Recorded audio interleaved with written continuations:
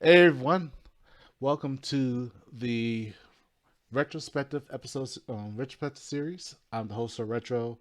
We're on episode 13, and we are going to have some more of our Middle Georgia veterans, legends to be featured in this episode. And as you can see on the screen, we're going to have Empty Jump Joe, Chambliss, and Laughing Hyena. These guys were some of the biggest pioneers for many of the games for Reboot, from and even to this very day, I would say. Um, we definitely like to have these guys here, and you see it on the background, the little Tekken, little Mortal Kombat. That's some of the topics we'll touch on. But definitely, without further ado, though, I would like to introduce these three guys. So I'm sorry, Empty Jump Joe. How's it going, Empty Jump Joe? Welcome to the show. What's bracking? What's bracking? What's bracking? Tell us a little bit about yourself. Empty Jump Joe, formerly known as Psyblade, until the prophecy fulfilled itself, as Chambliss actually chose my name.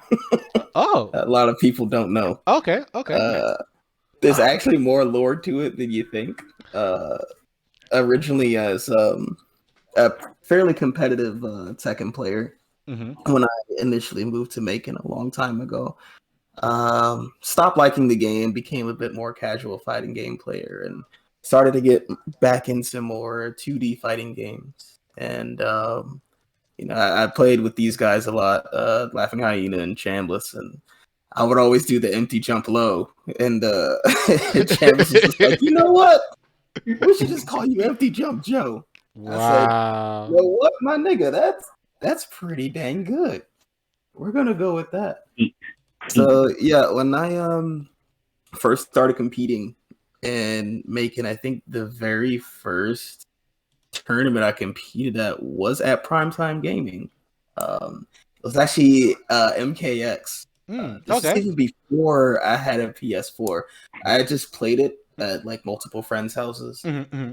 and I mained Devora, of course, because she was fucking broken in that game, and True. nobody knew how to play against her because everybody hated her. Mm-hmm. They didn't want to practice against her. So I ended up getting third at that tournament. I think it was pretty big. I think it was maybe like 20 people in that bracket. So I What? ended up getting third. So that was pretty cool. Oh yeah. And like once I got that, I was like, okay, this isn't too bad. You know what I'm saying? Like watching all the streams of tournaments and shit. I'm like, this is nothing. You know what I'm saying? Like I can start doing this. And then once there were tournaments at Comics Plus and then Reboot.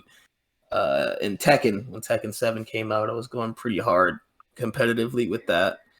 And eventually fell off because I didn't like the direction the game was going in. And Mm-hmm. started competing in other games, Street Fighter 5, Mortal Kombat 11, a little bit of KOF here and there. So that's where I'm at right now. Just mostly casual right now. I would like to be a bit more competitive, get back on the competitive scene, but work has been work, and you know how life is. So, yeah, that's pretty much me. All right. Cool. Cool. Well, definitely welcome to the episode. Appreciate you being here. And of course, I'll move on though. But we'll of course get back to you. We got this man in the middle. If you see him on the screen, everyone, we have the homie Chambliss, one of the big champions of Tekken in our scene at the moment, and also holding it down for Guilty Gear as well, and a few other games. So, Chambliss, my dear homie, how's it going with you? Introduce yourself to the world. Let them know who you are. All right, so first off, I like to make a few clarifications. All right. I am flattered that you said that, Kirk, but I suck at Guilty Gear. These young kids keep coming into our scene and beating my ass.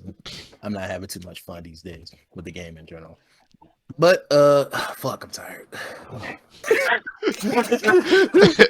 Get yourself together, bro. Get together, It's all bro. right. It's all right. But yeah, I started playing fighting games around 2016, 17. I started playing Tekken 6 Tag 2, and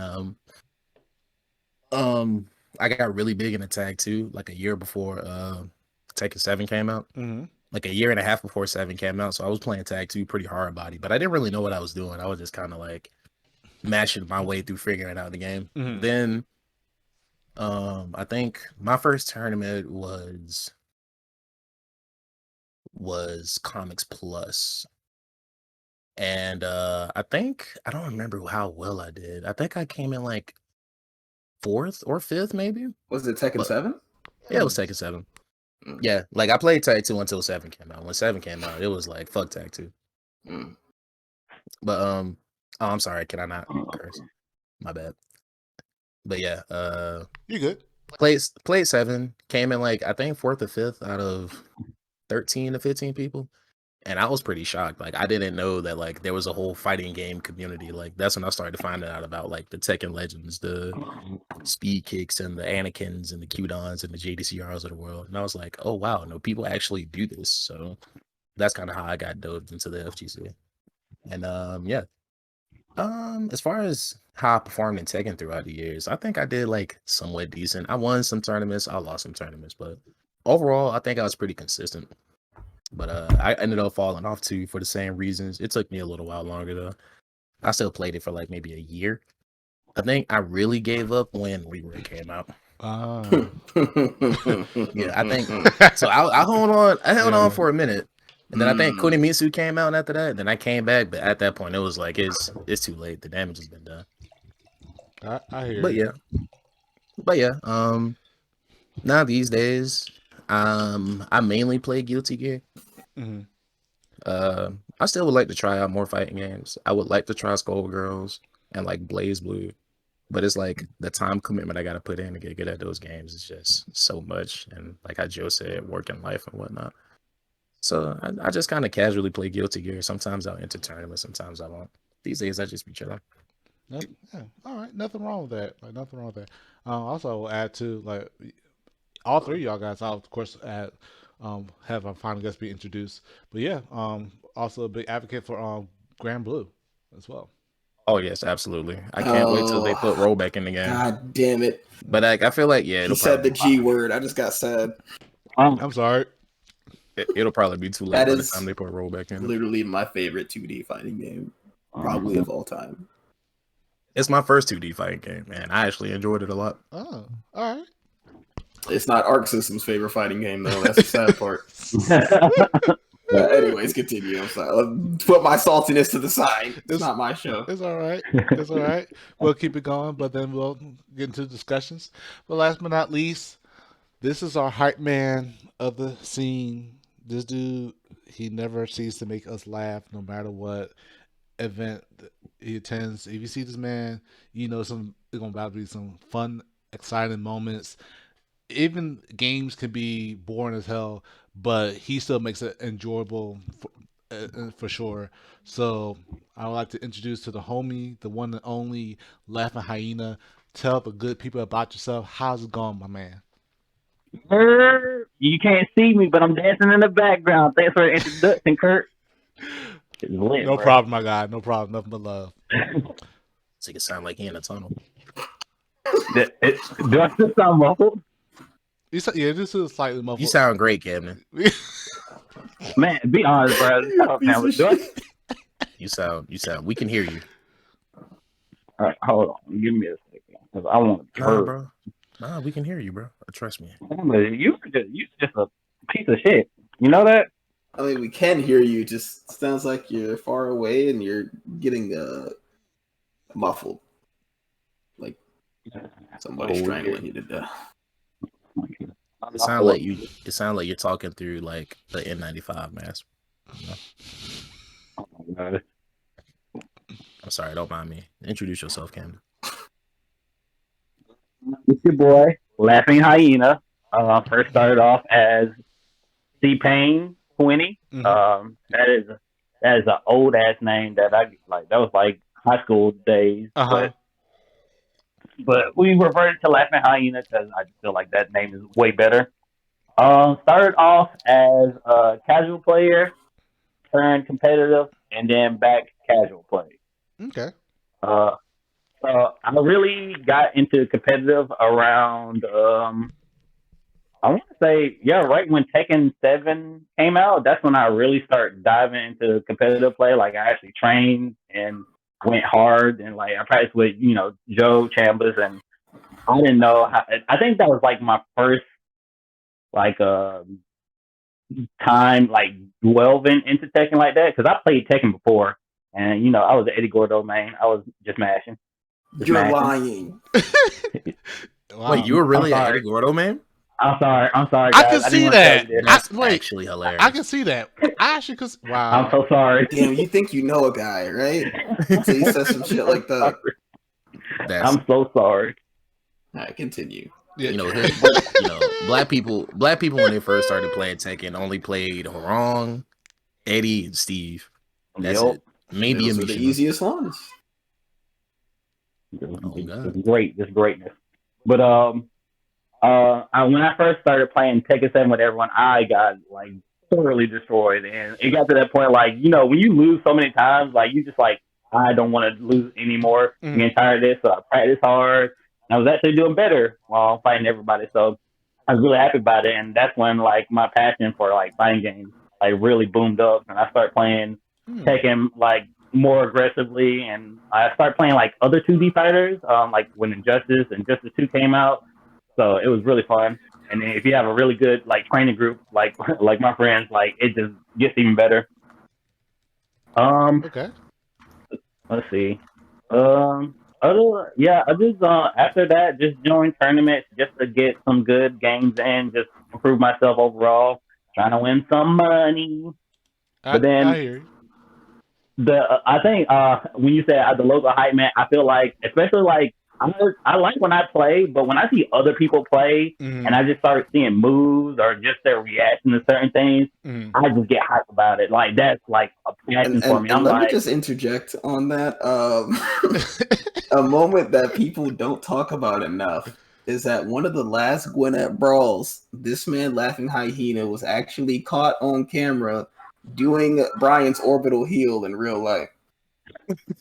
Wait, what? Wait, I think I remember that. Chambliss? I'll do it. Oh No, my god! where is this clip? I do not remember. I this. think who was playing Brian? Was it Poke Chop maybe? And somebody got caught with an orbital heal. This nigga got caught doing it on the stream camera, like right behind him. Oh no, wait! You remember that one time at Reboot? Who was playing Zafina? I think it was maybe Zombie. Oh. This nigga Camden, motherfucking Camden started crawling across the lawn, bro.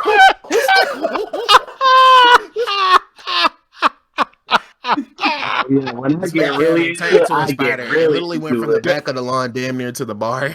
People outside of the lawn are like, yo, what is wrong with you? Bruh. Oh man, I remember that. Hilarious. Oh man. Oh my god. But yeah, I like to like, especially like when it comes to other people fighting. Like I think everyone deserves a little hype man, hype crew or stuff like that, just to give more energy to like the fights and stuff like that. And like me, I'm crazy, so I go all in. I'll start doing crazy moves. I start screaming. I was like making all the loudest. It's just entertaining people. That's one thing that I really enjoy. I entertain people. I make people laugh. I make people want to have fun. Stuff like that. But yeah, I entered Reboot tournament, Primetime Gaming, Gwinnett Brawl, and I actually did pretty good. Like for me being like a newbie to like the Tekken scenes, I was actually doing good against like people that have been playing it longer. So like I was really happy about that. Yeah. Because I played I forgot one of the Katarina players, the really really good one who's in Tekken House. I forgot his name. Genghis Don. Yeah, dude. Bro. When I saw him for the first time, he was in Tekken before, like way in there, and I took a match off him, and I was like, and then like just to know that like he just been improving ever since. I'm like, bro, like I was there.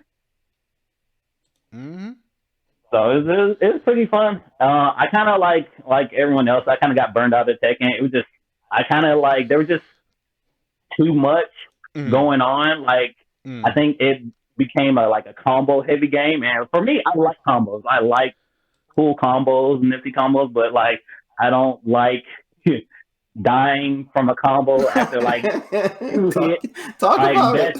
Yeah. That shit is so not fun. Like, if I get counter hit back one again and then carried to the wall and then lose like 75% of it, like, yo, is that fun for you? Like, Mm. and it's a good combo, but that's garbage. Mm. Yeah. So I kind of just like left. I kind of left Tekken after that, and Also, I just it's started. like it's really annoying when like Mm. you're playing your honest ass character and you're looking at like enter top tier here. Mm-hmm. That's just better. Yeah. And like I believe like I don't know. I feel like in Tekken you can win with any character, but at the same time, some characters are just better. And sometimes there's no amount that unless you're what's his name? Unless you're a Rangchu and Evo that 1 year, I doubt that you're gonna win that. And even Second then, World most Tour. yeah, TWT. And yeah, we'll talk about that in a second. and I feel like even then, part of the reason Rangchu won because was it Nee he was fighting? Nee didn't really know the matchup because when Who are you the ever hell gonna does? when are you ever gonna fight a panda? You heard what Harada I'm said? not. Panda? Really? I'm like, panda? Rangchu looked so pissed off when he said that. I don't know why. Don't nobody play panda. Yeah. But yeah, Tekken is just the kind of game where some characters win because they're just better. There's another game like that too, but I ain't gonna talk shit. Mm. Damn. Look. But I started diving more into like 2D games, so like Mortal Kombat, Grand Blue. I just started picking back up Street Fighter 5. I'm actually having fun with that, so definitely want to get back into it. And overall, just chilling. Definitely want to get back in competitive play, but as we all know, being adult sucks. Yep. That's facts. Ain't gonna lie. Dang. I hate paying bills, bro. This shit sucks. Mm-hmm. Yeah, getting good at fighting games is low key like a life commitment because you'll never be the best and you're always constantly trying to get better. So it's like a always practicing, always learning kind of thing, which I think is cool, but sometimes it's really, exhausting. Right. Yeah. Like I said, I definitely agree. Like I said, it's a lot particular for the scene too, to exist 5 years, regardless of we had people that left, came through, left, and so forth. That constant up and down, it really kind of surprises me that we're expected to last as long or even longer. So, like I said, for you three though, definitely, even you guys decide to retire at some point, like soon, than whatever you expect it to, or you're done right now. It does shows that either way, y'all guys set us a lot of y'all guys been trailblazers for what Reboot has been through for many years. Of course, one of the big games was Tekken, and of course, kind of going to it. Speaking of it, so I remember when Reboot first started. Well, yeah, I did touch a little bit on your history and backgrounds of a little bit was like before Reboot. If y'all guys want to talk about how it was during the prime time / Comic Plus days, and what were your thoughts on those? How what was it like before Reboot kind of came to the scene? And I think the Chambliss, yeah, you can start. Oh, I said, I think the dungeon was cool. The dungeon was fun. I did enjoy that. I feel like some of our most fun moments was like in that basement. So I will always give them credit for I got pictures. So you keep talking. Yeah. I got pictures, but keep talking. Yeah. Oh man, pull it up. But yeah, I think like the Comics Plus tournaments were super fun. That's kind of like how I feel like that's how we all kind of got our start, right? It's kind of like how this all started. So for what it's worth, I appreciate that was there at the time. I'm sorry, I didn't want to cut you off. No, you could go ahead. So that was where I ended up getting my very second fighting game rival, which was Hora. Fucking Sheldon. Hora, yeah, that nigga was so good at Tekken 7 for no reason. That man was nothing. But he was still bad compared to everyone else. It's crazy. Yeah, that's like see, that was when I realized how high the skill ceiling is for Tekken. Totally, because someone that beats the dog shit out of you, right, can be so garbage to all of his peers, right? Here you go. Like Sheldon, like Hora is a punching bag for everyone else in Atlanta, and I was his punching bag. I was eventually able to hang with him like finally beat him in one set and won the tournament. But man, Yeah, his That- Brian was kind always of so OD. good. His Brian was always so fucking good. Man. Look at that picture of Chambliss, bro. Oh shit, it's I the think that's a joke, but that's Chambliss in real life, bro. Type of nigga that'll just peek through a window. I lost that fucking hoodie. I don't know where it's Y'all at. got any hats in there? Okay, who were you playing at the time? I forgot. Who me? Yeah. Yeah, who you playing? Who you fighting against? This- Oh no, or was that Apollo? No, that wasn't Apollo. He looked too big to be Apollo. That looked like Camden with a bigger forehead. I don't know. who that- Hold on. Let me see if I can find another picture. Let me see if I can find another picture. Cause I have a picture where y'all standing around. This had to be 2016, 17? I say Something like that. 17 because Reboot started in 2016 and it started doing tournaments shortly. Yeah, because Tekken came out in 2017 if I remember. Let's see. Yeah, I think it might be 16. I was 17. There we go. There's some. Oh man, how did Hutch just know there was a camera right there? That's Why Bro isn't was it every, ready. why isn't it every picture, bro? That man be like in the corner, bro, every time. Nigga, Why do I what? look so focused? I'm not even playing. Like, calm down, Joe. Relax. I think the guy was on the right. I think that's who you were playing earlier. I forgot who he was. Yeah. But yeah. Oh, man. But yeah. Oh yeah. Shoot. Then of course he had I'm trying to see what, yeah, this hood hiding in the back. You can tell Ricardo behind Hutch. He looks like Ricardo has Hutch's head on his shoulders. Yeah. Oh, and then there's Hood, good old Hood. Mhm. And then the man in the middle, Tekken Tony.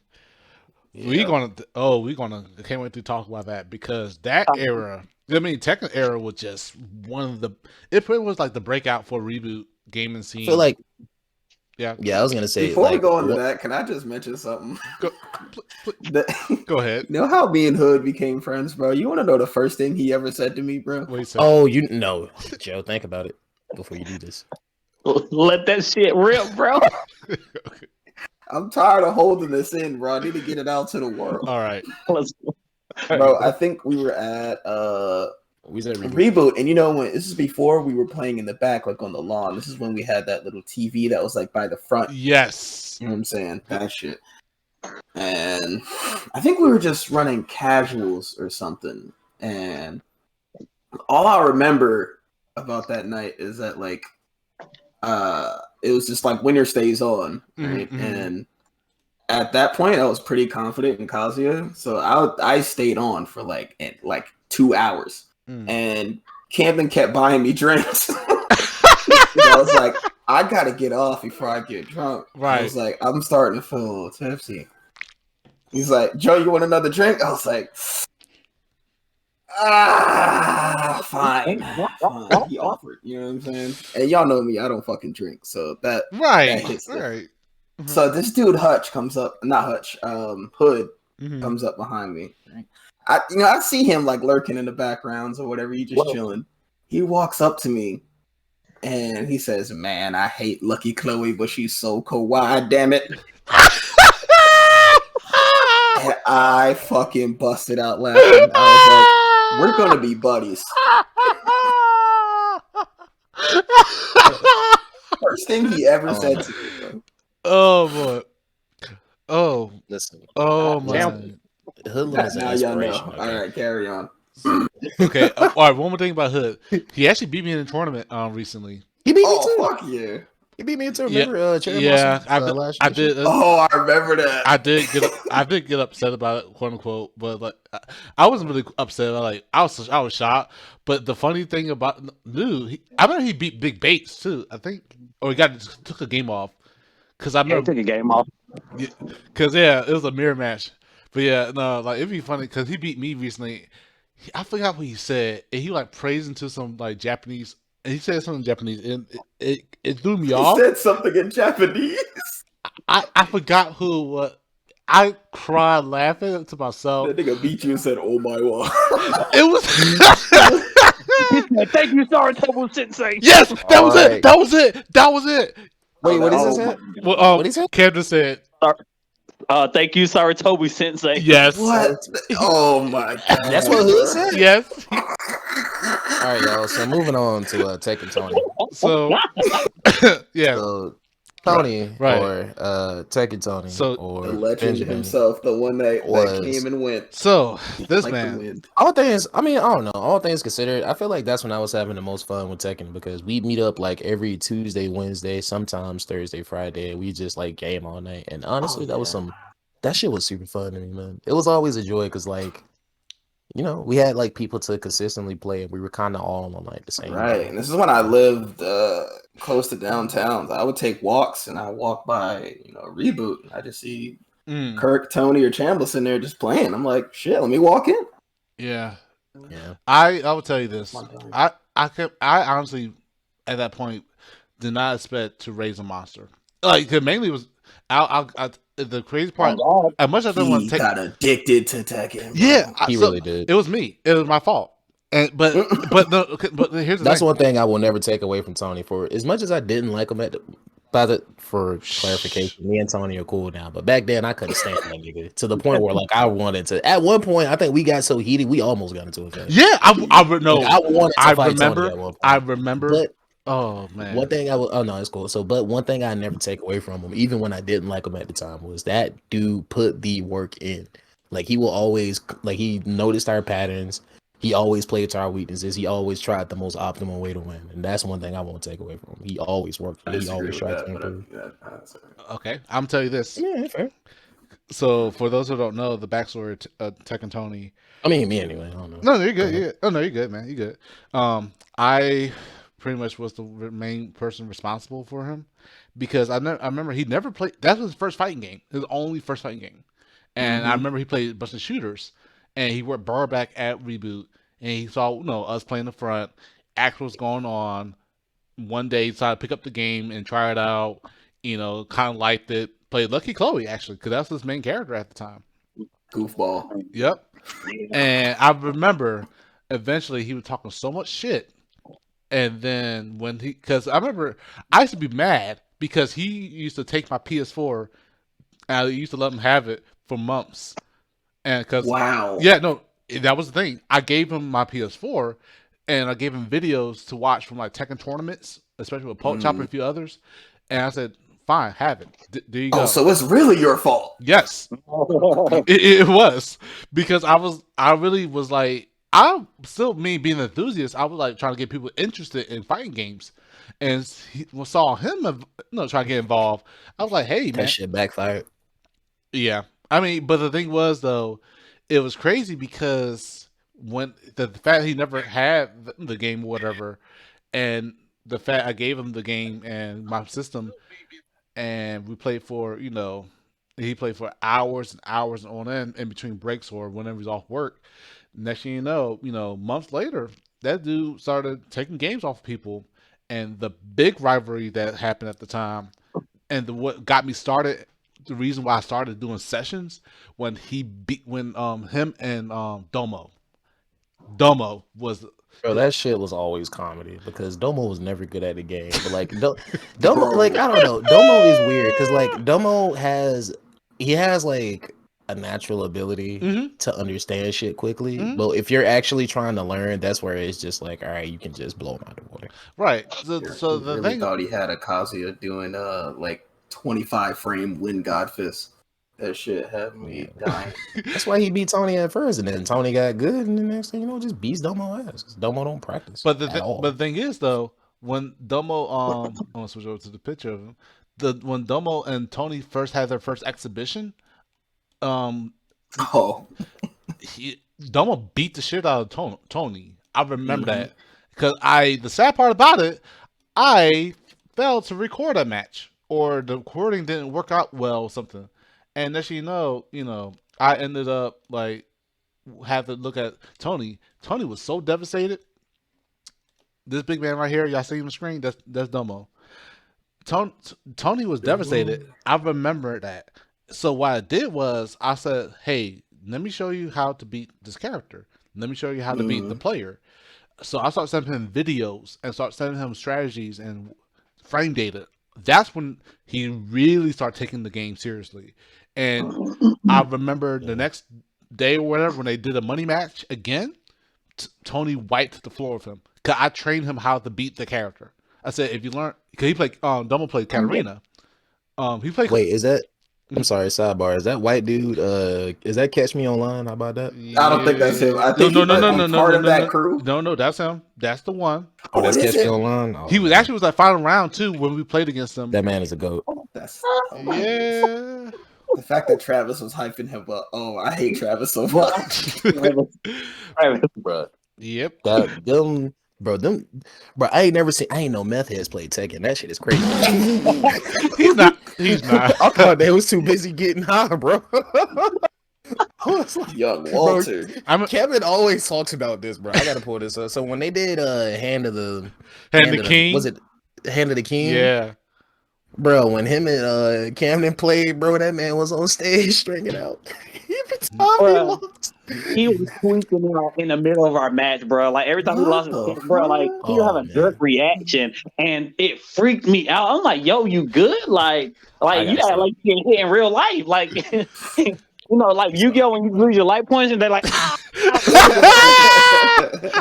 was moving like that. I was like, "Hey, yo!" And the thing was like. I was gonna win the set, but like it got to a point like he just threw me off my game. Like he like started getting like making noises and shit. I was like, all right, bro, you can have this, bro. I am Gucci. It's just no. So here's the weirder part. So we met him, I'll say unintentional, but for lack of a better word, at final round before he started coming to Reboot. And here's the crazy part. I forgot who it was. I think that was when Tony played. Or first played him or whatever. No, Tony never went. Somebody played from our area played him, and then Adrian was behind somebody behind our guy, and the whole time he was like, "Yeah, duck here, plus here, block that, this and this and this." And I remember, our guy won. I forgot who it was, but yeah, Trapman Dan. He got so mad. He like, will you shut the fuck up? I told you, because he was about to jump on Adrian. Trapman Dan's friend was coaching him through it. No, Adrian was coaching somebody else against Trapman Dan the whole time. But he was like literally, he was right behind his ear though. So Trapman Dan can hear him, and he was like, "Bruh, you would," and he like, "Yo, would you shut up?" Like he was so mad. Nah, that's valid. Nah, that's valid, bro. You gonna give somebody the answer to the test while they taking it. That's kind of corny, bro. Like, yeah, but so I didn't know it was him until he started coming to our tournaments, and I like, wait a minute, he looked familiar, and I think he at one point like had similar frustration. I'm like, moment, and I'm like, wait, that was that final round. So yeah, that was crazy. Like the thing is, we met a lot of people from Middle Georgia at final round before they start coming to Reboot. Oh sure. Yeah, but as far as going to the topic at hand, I said Tuck and Tony was pretty much like the guy that everyone wanted to beat at one point. But horror, you had horror. You had horror just shitted on everybody. Every time horror came to the tournament, I was like, yeah, you know what time it is. Then you had Otis. Then you had Otis Hutch. But Otis Hutch was fighting to beat horror. I remember he was struggling so much forever to play against horror, and for years. Yeah, there was like a four that kind of fluctuated. It was like Hora, Hutch, Travis, and me was like barely hanging on in like that top four area. Yeah. Yeah. Tony was like right outside of it. Oh, bro, that reminds me, because me and Tony really got into Tekken at around the same time, so we kind of became like rivals at that point. And y'all were both Josie players as well. Yeah. So we were going in, and then I think after I stopped playing Josie because he was a better Josie player, so I was like, I need to find a new character, and I picked up Alyssa. You picked up that secret cheap ass character that I've been telling everybody that character cheap as hell, and nobody listened until Cuddlecore started watching. Yeah. Not saying she's not godlike, but that character is ridiculous. Yeah. Oh, and then, she is. And got buffed over time. Yeah, waifu of the year. But yeah, I finally found the character, and then like me and Tony were like we were taking games off each other. Like it wasn't like at one side. Like I will win the game, and then he'll win the next two, Oh, and then I win. y'all were slugging for a bit, bro. Yeah. And it's crazy because I remember one time he's like, yeah, you know, I be fighting Hut sometimes too, and like I just be like beating the dog shit out of him. He said we rivals. I'm like, nah, you ain't. Came to my rival. I was like, damn. But Telling people when they face like But this. to be fair, Uh-huh. Hutch did get a lot better over time. Oh, absolutely. Yeah. Yeah, it got to a point where Hutch started beating everybody consistently. He started figuring out the Xiao Yu flow chart. Yeah, he went crazy. Mhm. But the other rivalry that Tony had against was this man right here. I remember him, Tommy. Yo, God. He him doesn't and play Tekken. I know, well, no, but him and Tony went at it back and forth at the The time. wild boy Y'all himself. ever seen that What? meme of Bane and the pink guy? Of like it'll be like it'll have text next to Bane, and it'll be like somebody who's trying really hard, and then next to the pink guy, it'll be like somebody who doesn't really care. Mhm. Yeah. Tommy is That's those two, right? Yeah. There. You see this man's Bruh. face? That's pink guy right there. Bro, I used to get so frustrated when I lost to Tommy because I'm like, I'm losing.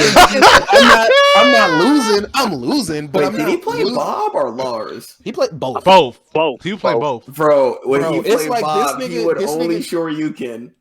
And Bro, when this he nigga played Lars, he would only up 4-3. Yep. Wild boy style. That shit worked. Bro, and I was so mad when I kept losing because I'm like, all he's doing is just swinging. Like there's not a thought going on in his head right now. He's He like, got wake away up. with it, so he thinks it's good. I don't blame him. And so when I started beating him consistently, every time I was so satisfied, nigga. Bob, oh my gosh. Yeah. It feels so good to beat like button mashers. Because also, too, like, at the time, Bob and Lars was, like, horrible at the beginning, I think. Yeah. Uh-huh.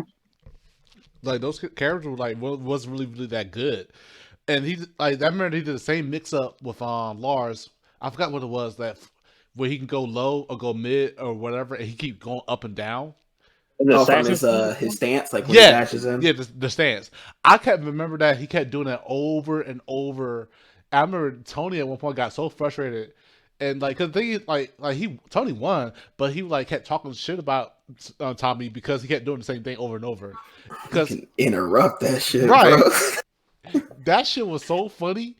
Cause I remember. No, wait. No, I'm sorry. Go ahead. Go. No, please. No, okay, no, this is unrelated. But do you remember when Tony and Hood played and Tony just kicked him until he died? Yes. Bro. And Hood was just looking there like, what do I do? Block, nigga. That man down 3-4 him so many times. I was Yeah, like, down literally- 4. Yeah, Yo. he was like, He literally I was just said screaming in the ankle. back. I was like, Perry, Perry. He was just like ankle for 30 seconds, bro. Like at some point. oh yeah, I crouched dash 3. Yeah, I was like, yo, why are you killing my man's ankles like this? He's like, he Like, ain't at fucking some it. point, listen, the lights got to come on in your house at some point. You can't just be walking around in the dark like that, bro. Josie Man. had a fucking good low game, bro. She really did. Really did. Like, you want to eventually start ducking, but then you get hit with a down forward 2 that's only -10. And you want to stop ducking, but then when you stop ducking, you get your ankles tore up. So, Yeah. like, pick your poison. The sight game on her was just annoying as fuck. And then when you ducked enough, here comes a launcher. Oh man. Yep. Oh man. What's up, Joshua? But yeah. Oh man. It was like then the Tekken, the era of Tekken lasted for like for how big it was, the rivalries, everything like that. But the amount of money matches that happened because of Tony, That was fun ass time. man. Oh my God, the he money money matched almost everybody that came his way. Until he money matched Chambliss. Oh yeah. I remember Oh, that. I was so happy. I'm not gonna lie. Chambliss stood up and said, "What did he say?" He said, "Give me my money." Oh, And man. I'm usually non-confrontational when it comes to fighting games. I just want to play, have fun, and then Right, talk right. about matchups. But Tony just brought out the worst in everybody. He He really really did. did. Mhm. So every time I fought this nigga, I just beat this. I just want to. Yeah. So Yeah. when I won that money match, trust, I was talking cash money shit for like a cool month. Yeah, Money. because like that dude, I remember when he made Big Bates salty, and Big Bates is like, I didn't like the way I lost in that tournament, and Tony. Big Bates never get salty either. That's the thing. Yeah. No, dude, he does like Does he does get salty sometimes, and then he'll let you know. Like, but that shit that was so funny because the thing about it, like, he was like Self-aware salt. I remember that.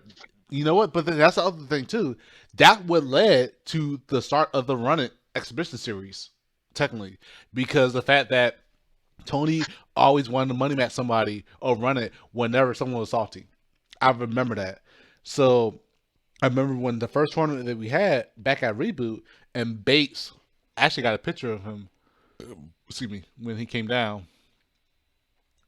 Like this man right here, Big Bates. I remember when he Man, look at the shoulders on that man. No, dude, he's still working out, man. Like He's kind of swole. Hold up. Yeah, he actually like played. He played sports and stuff for a minute. But yeah, I remember when that first tournament, when Tony beat Bates, and Bates was like, I didn't like the way I lost this and this and this, and Tony said, "Run it." I remember recording that exhibition, that first of 5. I remember that. And when Tony beat him again, Tony was mouthing off over and over, like he wouldn't he couldn't like live it down. So and then that was probably his first time like beating like a sponsored player, right? Yeah, Data FGC, yeah, because that's when like Atlanta started coming down, and that also too was more rivalries because then Paybot at one point had rivalry against Horror, and that match was because that was like to the brim. In Tekken? Yeah. And let me show you. Wait. Paybot had a rivalry with Horror? I got the video. Paybot won no slouch. I got the video. Paybot won no slouch. He just didn't like playing Tekken. Yeah. If I remember. I was like, I used to watch Paybot. I'm sorry. So, like, to be fair, like, Big Bakes and Paybot don't really play Tekken like that. But at the time, I remember, like, it was on Twitter, too. Let me see. I actually got to find the video.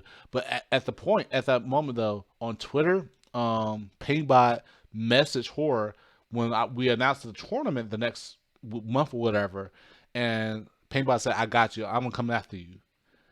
Dogi was like, "What's going on?"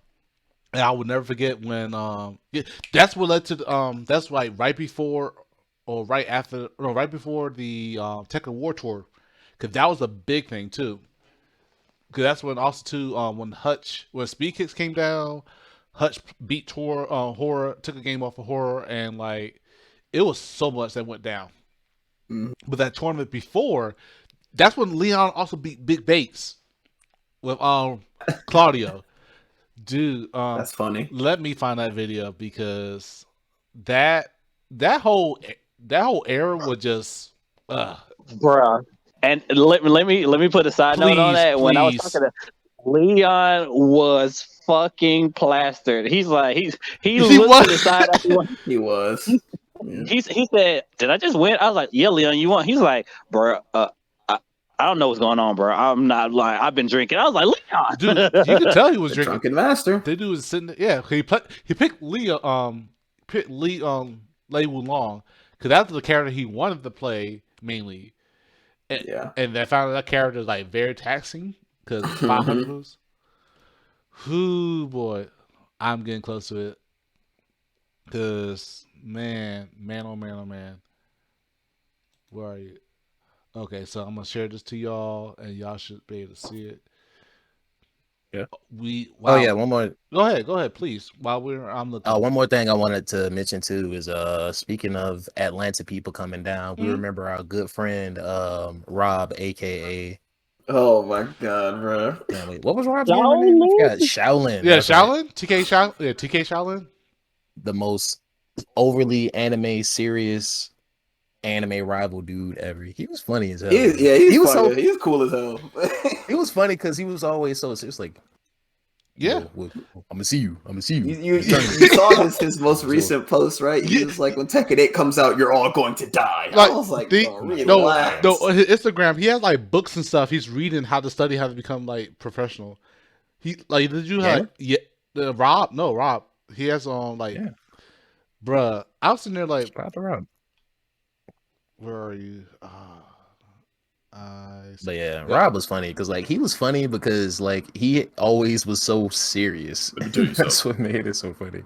Let me tell you something. Let me tell you something, young man. You almost got me there. You always sound like somebody's old ass, like southern uncle. Hey, now let me tell you something. I swear to God, bro. Exactly like that. Hold on. All right, I found the video. So I found the episode, the match. But I remember that. Didn't I'm sorry. Didn't you and Camden used to call him Corbin Blue? Every time he came to a tournament, y'all niggas was like, push it to the limit. I remember that. Bro, we need to crack on each other so much, bro. That shit was great. Yeah. All right. Oh man. I'm about to turn this thing up. So Good times, man. all right, I see that. Oh, is this the yeah. Hold on. the pain bot and Horror. Yeah, this match because dang it. I'll make sure the stream sees it as well. Let me do this right quick. But yeah. When Atlanta start coming down, but actually, Rob is. I want to say Rob is not originally from Atlanta. He's actually from I want to say Columbus. So like he's not, but he frequent up Atlanta at least. Mm-hmm. So that's why like a lot of people were like, dang it, what happened to oh, I got it. So a lot of people were like,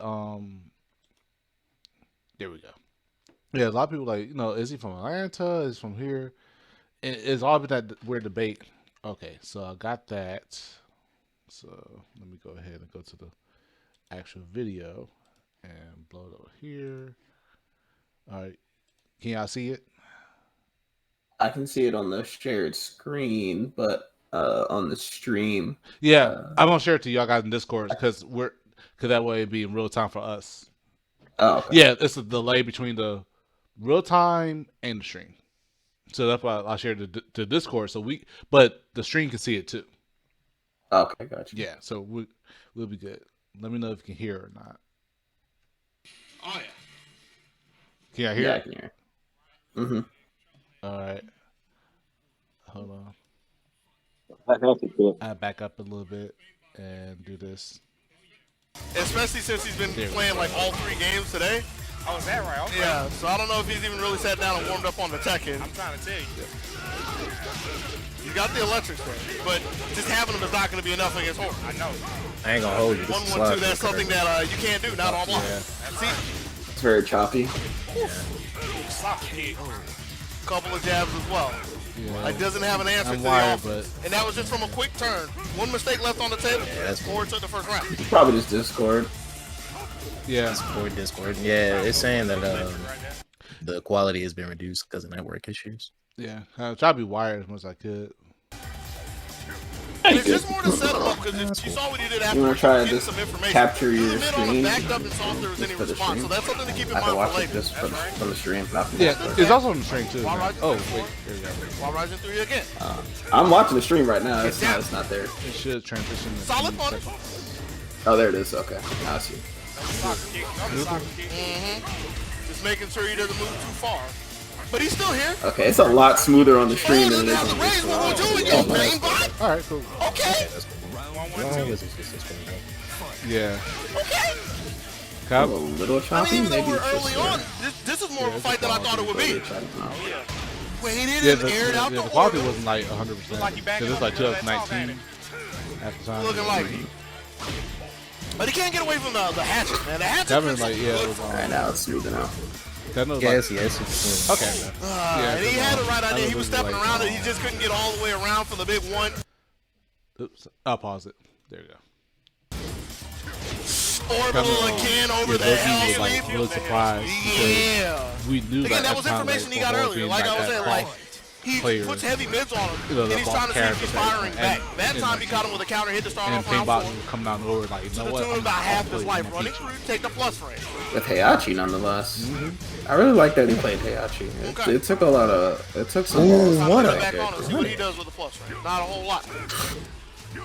And I'm still Yeah, liking see, what look, Pain he Bot jabbed doing. He's into still the, trying to take the one pain out of outfit. Horror's book, trying to let him whiff something. He just can't really get away from the strings when Horror's thinking about it. That's But right. he's in control, looking for a couple of fours. Bad punishment spring. Oh! Nice. Yo, that big right. Big Okay, two. we got a match here. 2-2. 4-3. I can't believe I'm actually saying Or that is super Pain Bot patient could though. take He's the not first gonna game. press anything until he has a Like, you read. backing up that talk. Yeah, I remember how Right now he's getting playing backed how he up though. played Finds the him in the air, Brian. isn't ready for the anti-air. Ooh. That's 1-1-2. principle. That's yeah. I was like, nigga, make a mistake, please. Whenever I went up against him, my mix-ups were real. He could tell. And whenever I was just wave dashing, he would just instantly interrupt. I don't know what he's looking for, but he's not finding it. But yeah, I'm not taking a He's fake still ass okay. 50-50. He's still okay. He's still got a pixel. It's a hard pixel, but he still got one nonetheless. Wasn't ready for Brian the do so screen. much damage with no wall. On God, bro. On God. Yeah, I didn't realize that dude can wall carry That's a good too. first Like match his It combos was. like much longer Like- than you think. No, Oh, for God, that's everything actually that I bad was damage, saying too. about Pain, but I can't take that away from him. This is closer than I I was gonna expected. go to the point where Painbot He's kind of standing toe to pretty toe much with like Horror.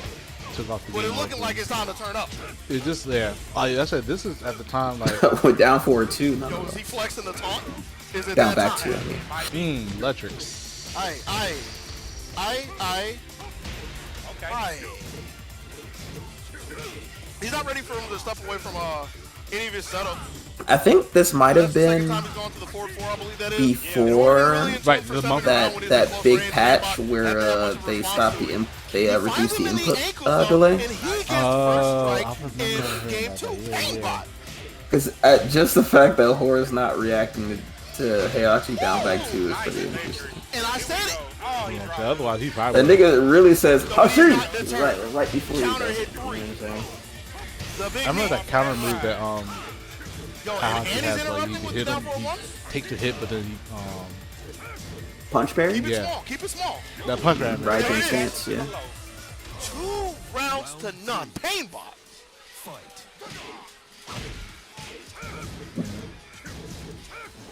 Yeah, there's another See down his back 2. movements there. That's right. Be sure you. He's really eating those down back 2. Oh, Oh, man. wave dancing in his face, just brimming with confidence.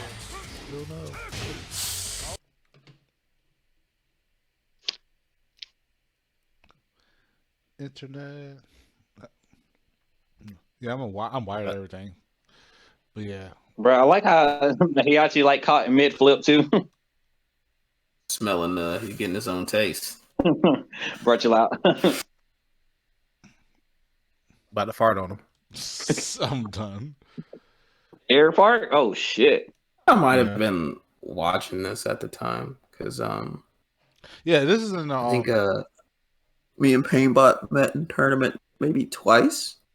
I've beaten him both times. Because just looking off of how many times he does down back too, So I'm gonna I'm just like, take up the streaming on the Discord and see if that reduces it a little bit.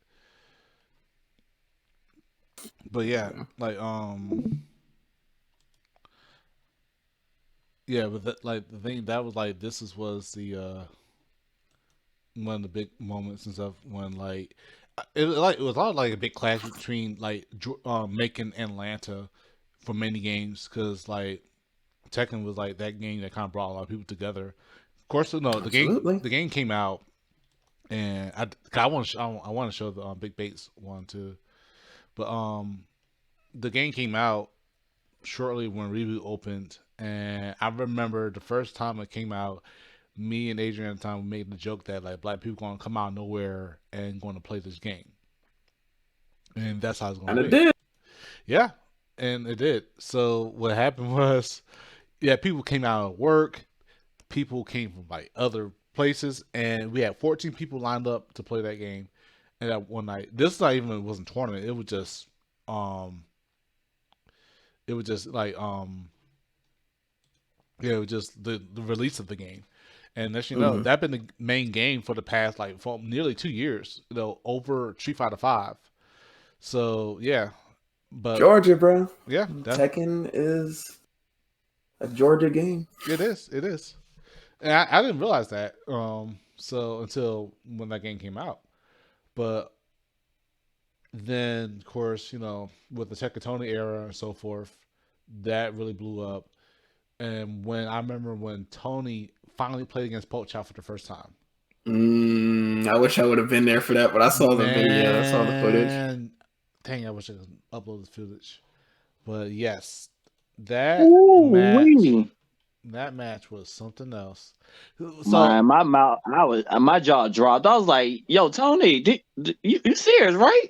This nigga went in." I remember too, like the first time that happened, because so apparently, Poachop let him win one of the games just to kind of make him feel himself a bit, and we were hyped, like we were popping off because we were ready to like go and say, "Oh snap, we can beat Poachop!" Blah, blah, blah.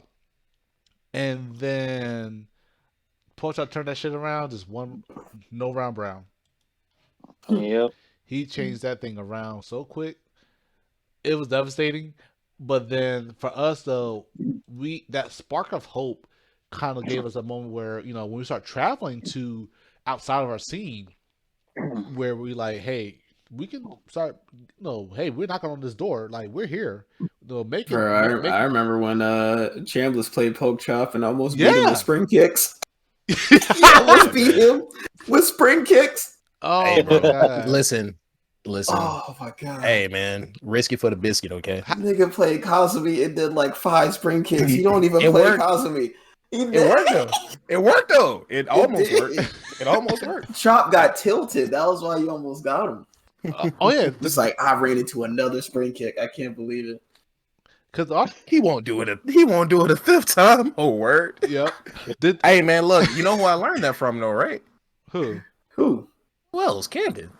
Oh, really? Yeah, do it again, bro. Laughing Hyena is the spring kick god. Do you know how many spring kicks I ran into over the years of playing this nigga? The spring kick god. I'm about to you a spring chicken, boy.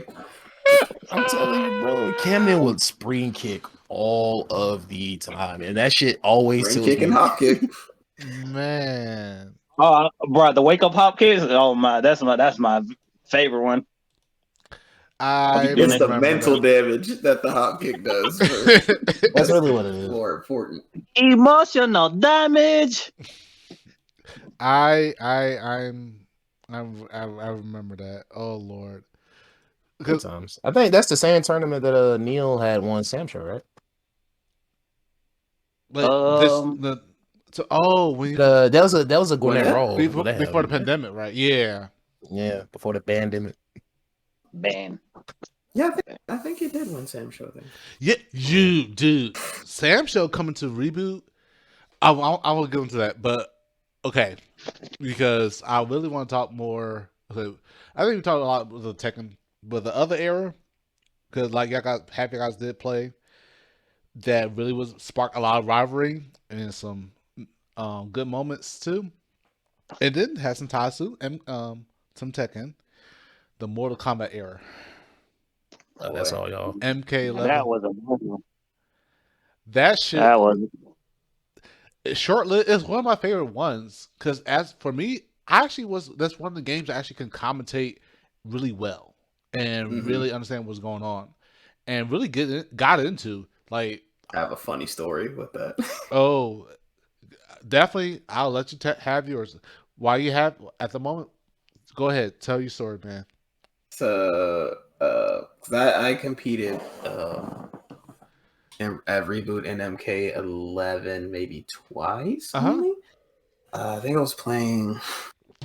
It was Scarlet and Devora always. Those are my two. Yeah, I remember her. And I think the main person to beat was what was his name? Lucas. Yes, that's okay. my other protege, the one I also helped train. Now, there was some dude there, some black dude. He seemed like the typical dude that say nobody could beat me in Mortal Kombat. No. Right? Okay. Lucas was humble. I'm not talking about Lucas. I'm saying somebody else. Oh, that I ended up playing. Oh, no, Lucas is mad. No. I think I might know who you're talking about. Dude that had locks, right? So you play. Yes, yeah. There we go. That's who I was talking about. That so man. Please. Go ahead. We were doing a button check. Please. And My buttons were finished. I think I went with Scarlet first. And he picked Kano, and my buttons were good. And I asked him, I was like, "You good? Your buttons good?" And he was like, "Yeah, I'm ready." So I put out my hand to give him a fist bump, and he said,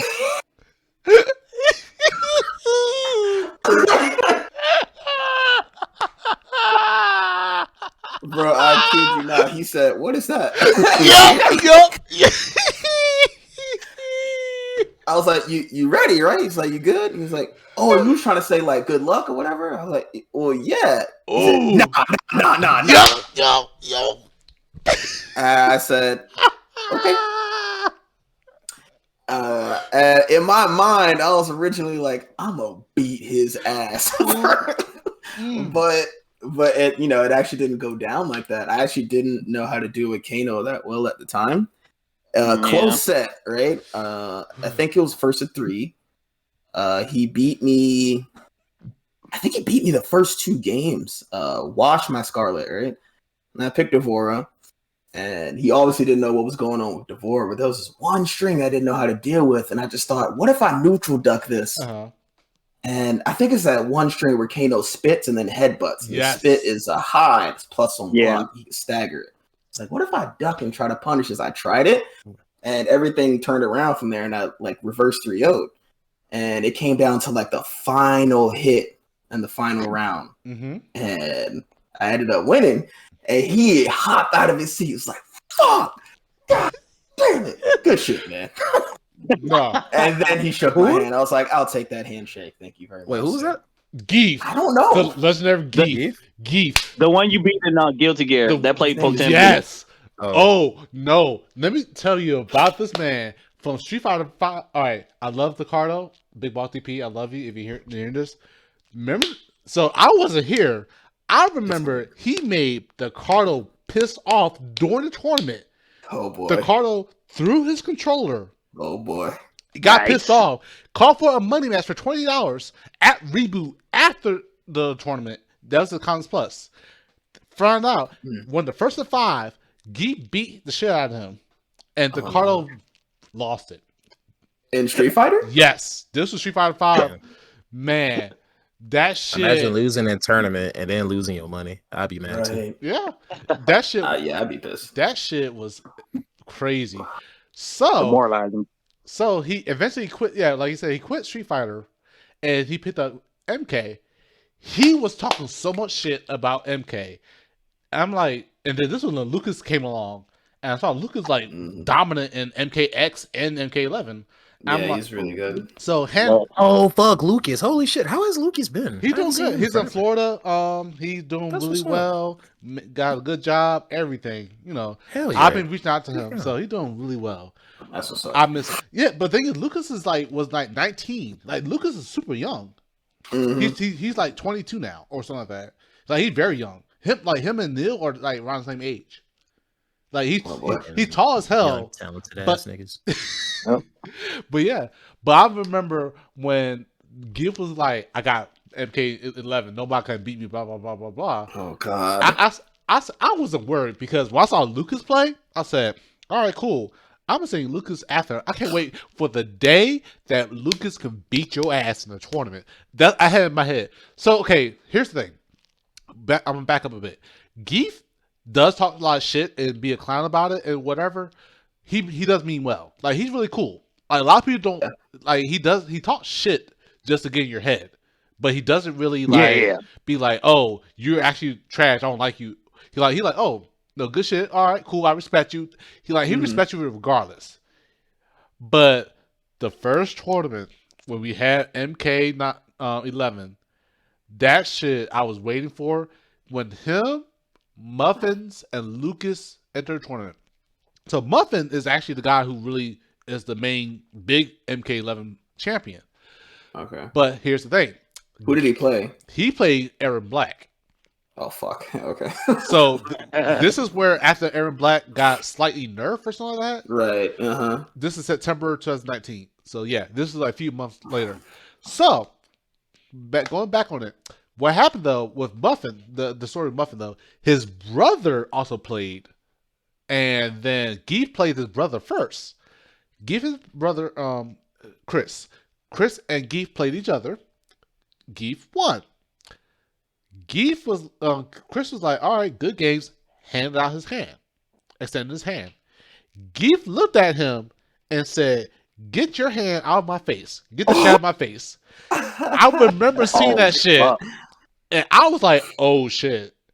I remember that happening. Crazy. Yes, that's because even Geef shook my hand after the match, bro. Like, oh, let me rewind back. I'm sorry because we got somebody else. I'm gonna give him the next episode, an adventure episode too. Jabril, oh boy, because Jabril played Garrus. And I remember when Jabril, not the G word. Oh my yes, God. yes, You know I hate what? Garrus so we're much. going that. Even look, Go ahead. even from the outside looking in, I never touched Mortal Kombat because I didn't care. But like even watching Jabril play Garrus and watching everybody complain about it was pretty fucking entertaining. Garrus It was a huge problem, man. Way huge problem, dude. Just too strong. Just too strong. So and Jabril just being the natural that he is made it even worse. Okay, so we wound back a bit before the tournament. Jabril played against Geef in like a casual match. So I remember I was there for that. Yeah. So okay, you want to explain more in detail on Laughing Hyena? Please do. Okay, I got you. So, first, I saw Jabril there because we were both in there just chilling, and he's like, "Y'all got MK?" And I was like, "Yeah, we got MK." So we just like running matches and stuff, and he was beating my ass. He had Garrus and shit. So, Geef walked in, and he's like trying to run some sets. I'm like, "Yeah, we trying to run some sets." So he was beating my ass, and like the thing is, I didn't know any of the fucking Kano stuff. I'm like, damn, how do I deal with that? So I'm trying to talk to him, trying to figure out how to fight his character. Didn't say anything. He's like, I was like, how you do that? What's that move? I don't know, man. I was like, yo, what? I'm sorry. Like, I'm so sorry, Camden. I don't mean to cut you off, but that shit triggers me to no end. I can't stand playing people and they beating the fuck out of you and they know you don't know what's going on and you're like, hey, how do you? And they don't tell you shit. I can't stand that shit. All right, I'm sorry. That's fear of improvement. That's what that is. That's why I'm sorry, another sidebar. Tibbs is a newer person that came here. He plays Tekken. Like I wish Tibbs came like 3 years ago when I was still playing Tekken because when Tibbs came, he's really fucking good. And he was beating my ass. And the minute he started like noticing I didn't know exactly what was going on, he was like, hey, this is +2. This is how you punish this. This is you sidestep that, you do that. I'm like, we're gonna be good friends. Yeah. We're gonna be best buddies. I'm sorry, go ahead, Ken. No, you good. So constantly getting beat by and I'm not knowing how to deal with it. I'm just like, what the? And like, I'm trying to talk to you while we're fighting so I can deal with it. He didn't tell me something. So I was like, all right, cool. So I got off the sticks and I was talking to Jabril and I was like, yeah, man, fuck that dude. He's like, bro, why? What happened? I was like, bro, I'm just fighting and I'm losing and I'm not mad about it, but I'm trying to deal with it and asked him how to deal with it. He didn't say nothing to me. Yep. And Jabril was like, bro, that's corny. Like, what the fuck? And he over there still talking shit. And then Jabril was like, all right, bet. As minute as Jabril sat down, that man got comfortable and he looked at man, didn't say nothing, just looked at him and looked at the game and proceeded to dog walk the fuck out of him. It was I was in the background. Like the thing is like they're sitting in like the couch seats and I'm behind just watching it like like just making noise, just making it worse. I was making it worse. I said fuck that dude at that point. But fucking Jabril beat his ass so bad, the guy turned around and was like, good game. Jabril looked at him and got up and left. I was like, this man Jabril said, fuck this dude. I remember that shit so well as well. Oh, I remember like yeah, because like Jabril was like, "Hey, how you do this? How you do this?" And Geef's like, "I don't know." And I remember when Geef, well, I saw from my end, like I said, when Jabril turned and said, "All right, I bet, I got you." When he started being the shadow with Gears, and Geef was like, "Man," asking his friend like, "Hey, man, how you do this?" And Jabril was like, "No, bro, you don't even ask him how to do this." Like oh man, that shit was funny. Yeah, Jabril was getting in his ass. But when that tournament happened, oh man, I remember when after Geef disrespected Muffin's brother, then Muffin versus Lucas in the winners finals, Muffins beat the shit out of Lucas, bopped his ass, and was like, and I remember Lucas was so mad because he wanted to beat him so bad. Lucas was so mad. Losers final came. He sat there. He never moved from the chair. I said, y'all can watch the video on the Reboot Twitch channel, please. Yeah. Because me and Bates was commentating this match. I remember when Lucas picked Raiden. I remember. Pick Raiden. Yeah, no, dude. The way, man, it's the way he was disrespectful. Because he started knowing that when he wanted to start breaking away and starting to like reset a lot of stuff. So I never. Was this before? Wait, was this before like armor breakers? I want to say no. This is where you can use the fatal blow to kill armor break to kill the breakaways. Only fatal blow, but right. They didn't give everybody armor break. Right. This is this is 2019. This is the year it came out. Okay. So yeah. So mostly everybody would do it. They didn't have fatal blow. They just like uppercut. Right. Yeah. Right. Okay. So I remember that match. I was commentating too. Man, Lucas did not fall for any of the Geef shit. So here's the thing you can tell when Geef is frustrated. When you start beating him, he started knocking stuff against the head.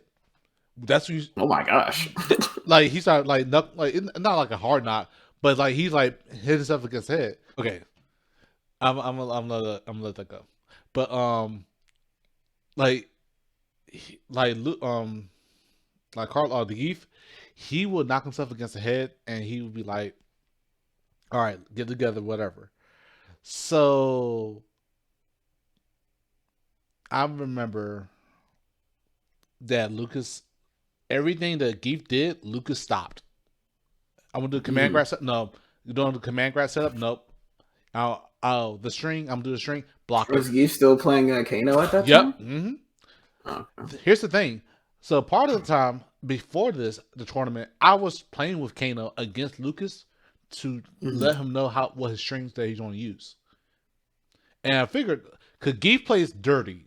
He plays characters that are going to be disrespectful in the neutral and disrespectful on everything else.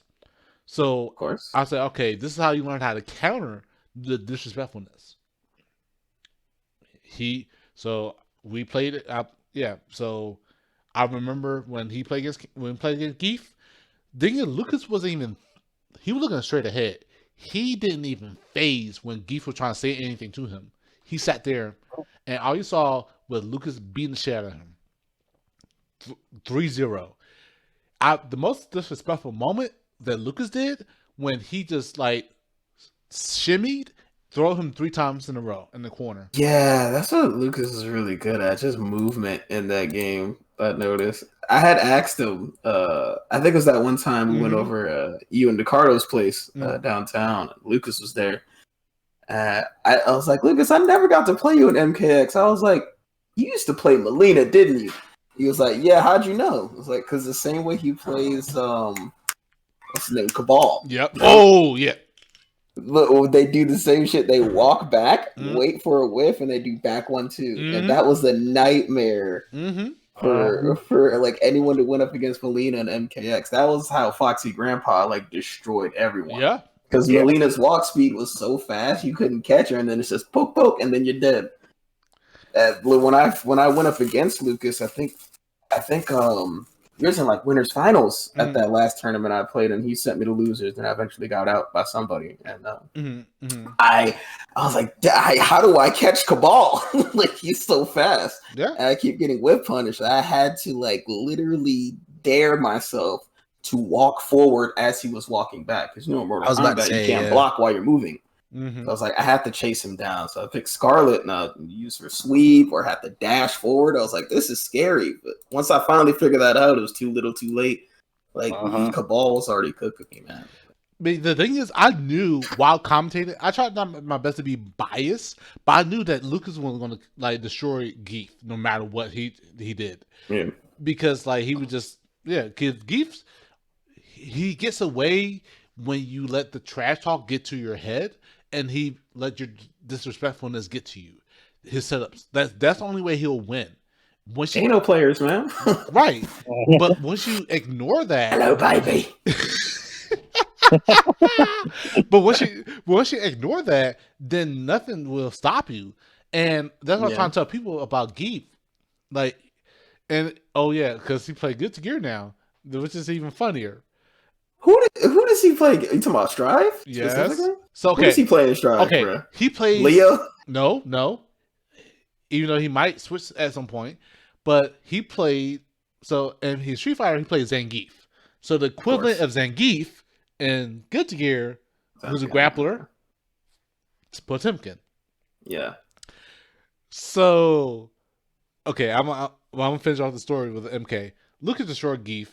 Geef played against. Oh, sorry. Lucas played against Muffins. That grand finals was heartbreaking. Commentating that because Camden, we were commentating together. That was insane. When the moment he had Cabal against Aaron Black, when he did that string and knew that Muffins was going to break away and cancel into the fatal blow in the middle of the breakaway, I was screaming. We hollered. That please, y'all watch this on the YouTube. MK September 2019 finals reboot, whatever. Yeah, watch it. That's a highlight. That shit had us screaming for like because you saw it happening in slow motion too. It was like we both saw it. I was like, this man about to really catch this man slipping. It was, oh god, dude, it was crazy. I think unfortunately, I think 2019 before the pandemic, that was the peak of a lot of like the big eras. The Tekken, the not even Street Fighter. The Tekken, the MK9, MK11, and I would say even Soul Calibur, because that's another game y'all guys all played was Soul Calibur. I used to go hard on some Soul Calibur, man. I remember until they neglected it like an ugly stepchild. Yeah, good. Like, Namco, because the thing is, I remember Leon, and I'll get him on the episode too. Don't worry. He pretty much was the connoisseur, the huge trailblazer for Soul Calibur in Macon, Georgia. He was the reason why I wanted to learn the game, because I had a goal. I was like, I'm gonna try to beat Leon at some point, you know. And right, that's what made me want to play. So here's the funny crazy part that I'm gonna tell him too. If he probably didn't notice, but Doki pointed out, we were the biggest Soul Calibur local tournament in the state. Oh damn! The only thing that was like bigger than us was at the time, months prior, was Skill Shot tournament, whatever, like almost like a maybe not major, but something like that in a higher tier event. But locally, we were the biggest. We had 14 Soul Calibur players at one point for our tournament. Oh, we're on Soul Calibur now? Yes, Soul Calibur. Yes, we're moving on to that era now. Because that's another. Oh, hell yeah. Because that's another. Soul Calibur was lit. Yeah. So, and I really, I felt bad because I didn't have the game until like much later after after everything died down. It's such a fun game. They just. I mean, I feel like if we're gonna do this, like talk about the scene, we can't talk about Soul Calibur without acknowledging the one person that spearheaded that, and that's Leon. Right. You missed that, bro. What are you talking about? Oh, I did. Oh, my bad. Go ahead. No, you're good. No, good. Then I was saying that because I had to clock back in. So, I feel you. It's cool. But then, like, Chambliss stupid. But don't. Hey man, you're fine, bro. Don't worry about me. So no, like I was saying, Leon spearheaded a lot, and he was the ultimate trailblazer. And like I said, the biggest. I'm not sure you heard this one though, Chambliss, was that because of Leon, we were the biggest local tournament for Soul Calibur in a very long time. Soul Calibur 6, which is wild because like Soul Calibur, like how Joe was talking about, like Soul Calibur is actually so fucking fun. Right. no support, Mhm. no backing whatsoever, which is so weird to Right. me. Because like, isn't this what we want in a fighting game? A fun fighting game where you can literally customize it to no end with dope and interesting characters, like with great guest characters too. If you ask me, Right, They right. never followed up on the next character pass, and the online, it was terrible. Mm-hmm. yeah, that was the two things holding it back. And then it got worse with COVID. Like COVID is like killed Soul Calibur, bro. Because if you notice, like Soul Cal War Tours announced, they were like keeping consistent with the development. As soon as COVID hit, it's like radio's Yep, got it. online. Yep. Yeah. That game really, I really loved watching that game, the series, that scene flourish with it. I mean, because bro. Coach Dogi, you had y'all three, you had Leon, you had people who we have not ever seen at all, people who haven't seen in a long time, to come back for that game. You know, like Chris Lotus, you know, shout out to him. Yeah, so many people into that game. And I really, with me, I love Soul Calibur 2 was like my still my favorite of the series, but I played many of the other games over time, and to see that, Calibur 2 was so good. yeah, and I still got the game on the GameCube to this very day, to this day. Sir Retro, he lives up to his name.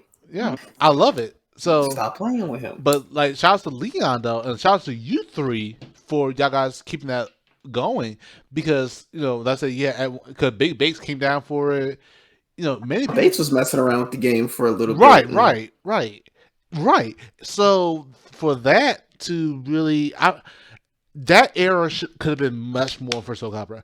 Like between MK11 and Soul Calibur 6, those two games deserve a lot more. And then also Sam Show, but that's of course Sam Show getting a chance because we're rollback in January. But for like Soul Calibur and MK11, they deserve a lot of more love for the scene here. I wish they got so much love. Soul Calibur 6 was like, right, because like you said, I picked up Cassandra because of Dogi, and I was like, I was having so much fun playing the game, but like especially like on like the PlayStation servers, like it was just really freaking bad. So I was like, I'd rather just play people like in real life. And then sad. Every time me and Cameron would play, we would have the best of fucking time, bro. The best. Until the shit kicks us off. Yeah. Sadness. And because I started to pick it up. Like I played Keelik, back then in the previous iterations, and I picked up scumbag. I'm sorry, go. You know what? Whatever. Just whatever. But man with a stick. Little shade. But like, I mess around with Keelik, I mess around with Astrov. Like that game, like personally, that I enjoy that game, and I said the pandemic did ruin a lot of things. That game, because we actually had a new player that came like shortly after the pandemic, and he lives in Macon still. Amari, he's in our Discord too. He plays Raphael as well. Oh wow, that's a rare character. He played Leon at one point, and Leon wanted him to come back. Unfortunately, just things didn't work out. But yeah, do you remember what was his name? Black Star. The talking. I was just about to say that.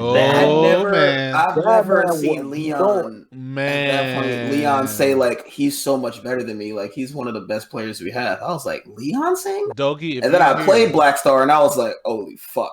Like that dude, was helpless. That dude was so good, bro. That was probably playing him was one of the most probably the most helpless I've felt in a very long time playing a fighting game.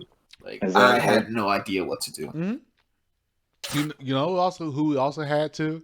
It was for funds, and I love you, EmptyJumpJo.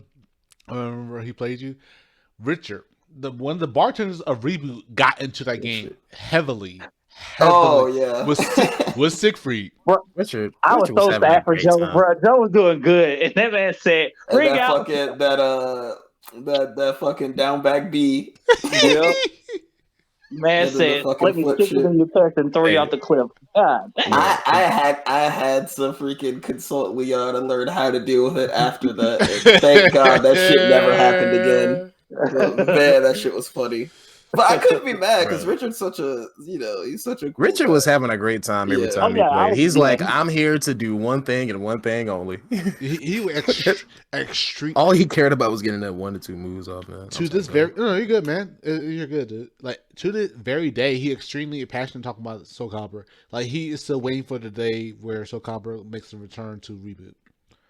Like I would like to one day like do a tournament featuring the lost games or the games that made their like Lost Souls.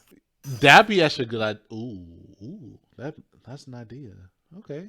Oh, sorry. Thank you for that. That's an idea. Like I would like to do a tournament where if we did games that made a big mark and return, I would say this for those who know, Sam Show is making a return. Sam Show. I can have that. I can have that. Dragon Ball. Fuck that game. But okay. Soul I'm Calibur a 6. certified Dragon Ball hater. Soul Calibur 6. Oh yeah, hey, if you bring that back, bro, I'll dive back in there. I'll be there, bro. I will be there.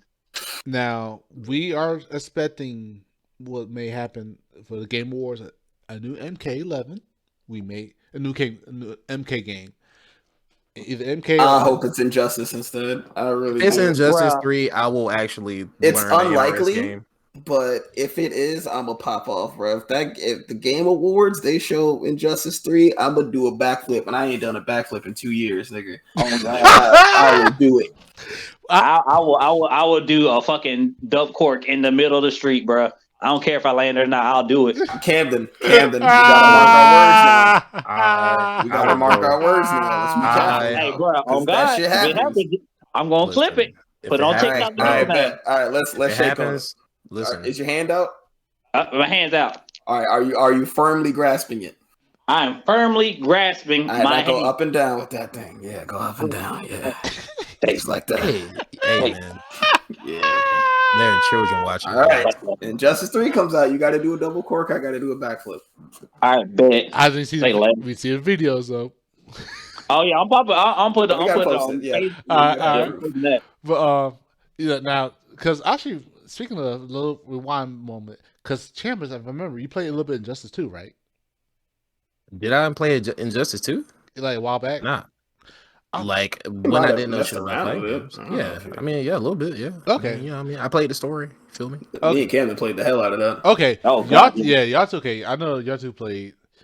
I thought you did play Injustice 2 as well as Chambliss, but I probably was mistaken. Nah, man. Yeah, I there was, wasn't a lot of people around Macon who really played it, except for what's his name? I don't know if he still bartends at Reboot. Damon. Yeah, He yeah. so he actually moved He to was Atlanta. really good at Yeah. Injustice, yeah. Yeah. Oh no, that was his game. Like he played Poison Ivy and also I think Harley Quinn. Yes. Mhm. Yeah. Yeah. Like also too, he also played Blaze Blue, Central Fiction. I like Central Fiction. And of course, Blast Blue. Yep. Me Yeah. and Joe mash buttons at Blast Blue sometimes, like once every 4 blue moons. Mm-hmm. It's just such a shame because there's really no way to learn the game right now. It's Yeah. really even though like I said the game recently has rollback and stuff now. So it's, Right, but I mean, the the skill main set- problem is uh-huh. no one is in the open lobbies where you Uh-huh. can match just run matches over and over and over. Mhm. Everyone only plays ranked or they're in rooms, and that's if they'll play you again, right? And ranked is only first to 1. And the people that are on ranked are people that have been playing the game since before it got rolled back. So Mhm. they destroy you. You don't know what happens. You never learn anything. I got you. So there's not really a way to like focus on one thing at a time. You know what I'm saying? There's just so much going on at once. Okay. I really like the game. It's just it's unfortunate. Like I have not found a way to start learning it. There's even people that have come into my stream, and people do this all the time. Weirdos, like they watch your stream, they watch you play a fighting game, evaluate your skill level. They don't follow you, by the way. They'll just watch, And once they think they could beat you, then they'll ask, "Hey, man, you want to play some games?" And then they go super hard because they know they're better than you, and then they try to troll. When they don't get the reaction they want, and I finally calm them down, then maybe they'll show me something. So through that, I've learned a little bit about Blaze Blue, but it's still not enough. I'm still like base level. Yeah, I think in general, like I know Good to Year is like one of the big games now in Reboot and Middle Georgia at least. I was hoping that stuff like Blaze Blue, You love Strive, Jay. Let's go on, Bro, I play that game every day and I hate it. Hey, you play Sin? This game is a fucking joke. Yeah, I love Sin. He's fun. Like, I'm actually genuinely having a great time playing Sin right now. Okay. Oh, kind of ungle bungle, but he's fun to play and learn. Because we did have right. Go ahead. I was gonna say the game's still a joke though. Like fucking like the game. I don't know. Like they're fun characters, but I just hate fighting certain top tiers in the game. Like Zato's annoying. Fucking. I'll go pick up Zato too. Nago touches you constantly. Actually, I mean, sure. Zato's annoying. Oh yeah, but pick up Zato. Happy Chaos either shoots you to death from full screen or he mixes you in your face, and then he wall splat, triple bullet, fake mix up shoot. Yeah, it's a meme. It's like a joke. Right? Like the game is like it's like every other time I die, I'm like this game is a joke. So yeah, I mean, I still play it though. Like, so like he sounds so sad. Me too, bro. Yeah, we had a series like of games that, like, unfortunately, like games like that, Dragon Ball. Well, no, Good to Gear is still like consistently supported, but like Dragon Ball, at one point was supported and died down. Then you have Uniclear now. That was had a little spark and then it died down. Then we had Blaze Blue Central Fiction die down. Good to Gear Rev 2 die down. I had most of the anime type of games, BB Tag as well. And then we actually want to talk about this too because you guys support this truly even to this day and talk about the big thing that actually happened a year ago, Grand Blue. Oh God. All right, I'm ready to talk about it. Go ahead. So who's gonna go first? So I'm gonna ask this question. You go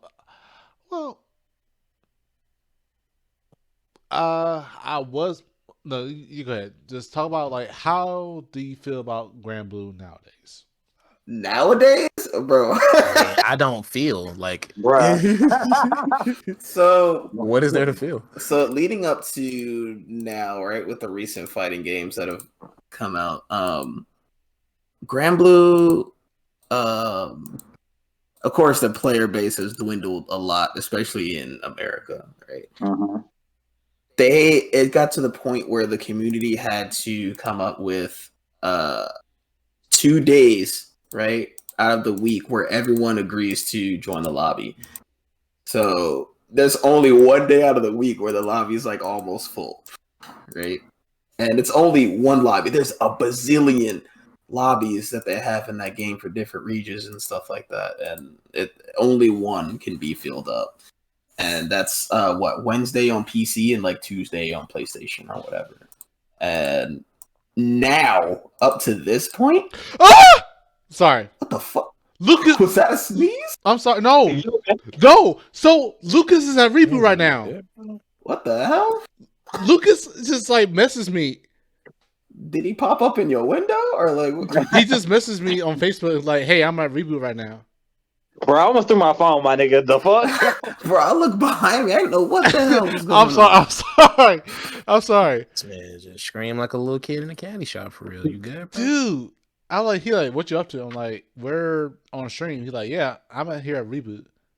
I'm like, bro, he would be right now.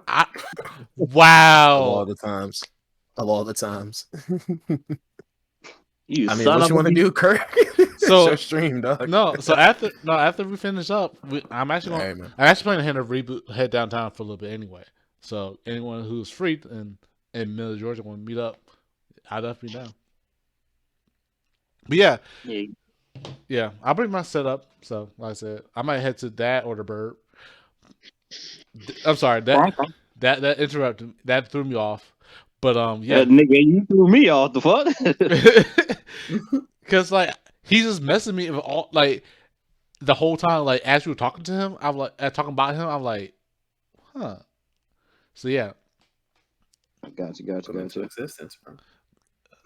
yeah, but yeah, that's like this is my other son. Like Neil's my first son. But yeah, as far as with Grand Yeah. Blue, go back, Oh, sorry. Go ahead. continue. What were we talking about? Grand Blue. Oh fuck. Yeah.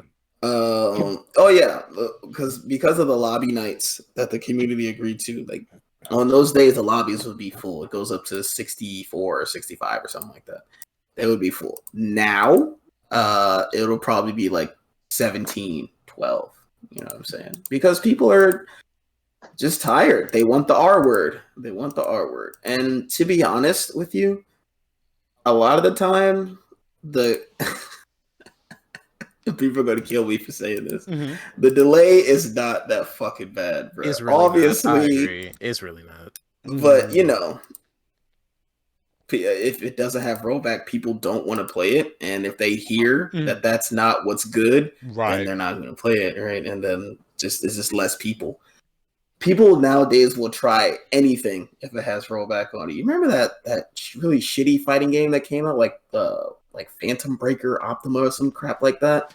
Oh, And that game's so trash, and everyone's like, "Oh, it's got rollback. I'll try it." Like, you don't care about the character design. You don't care about the combos. Like nothing about that looks cool, but you'll try it because of rollback. I blame Sajam. But yeah, Grand Blue right now, and net fucking community and netcode aside, right?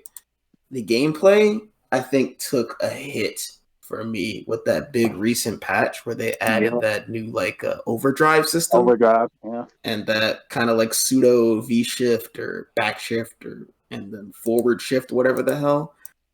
I think the gameplay was completely fine as it is. It was simple, very easy to learn, and hard to master. That's how every fighting game should be. It was perfect.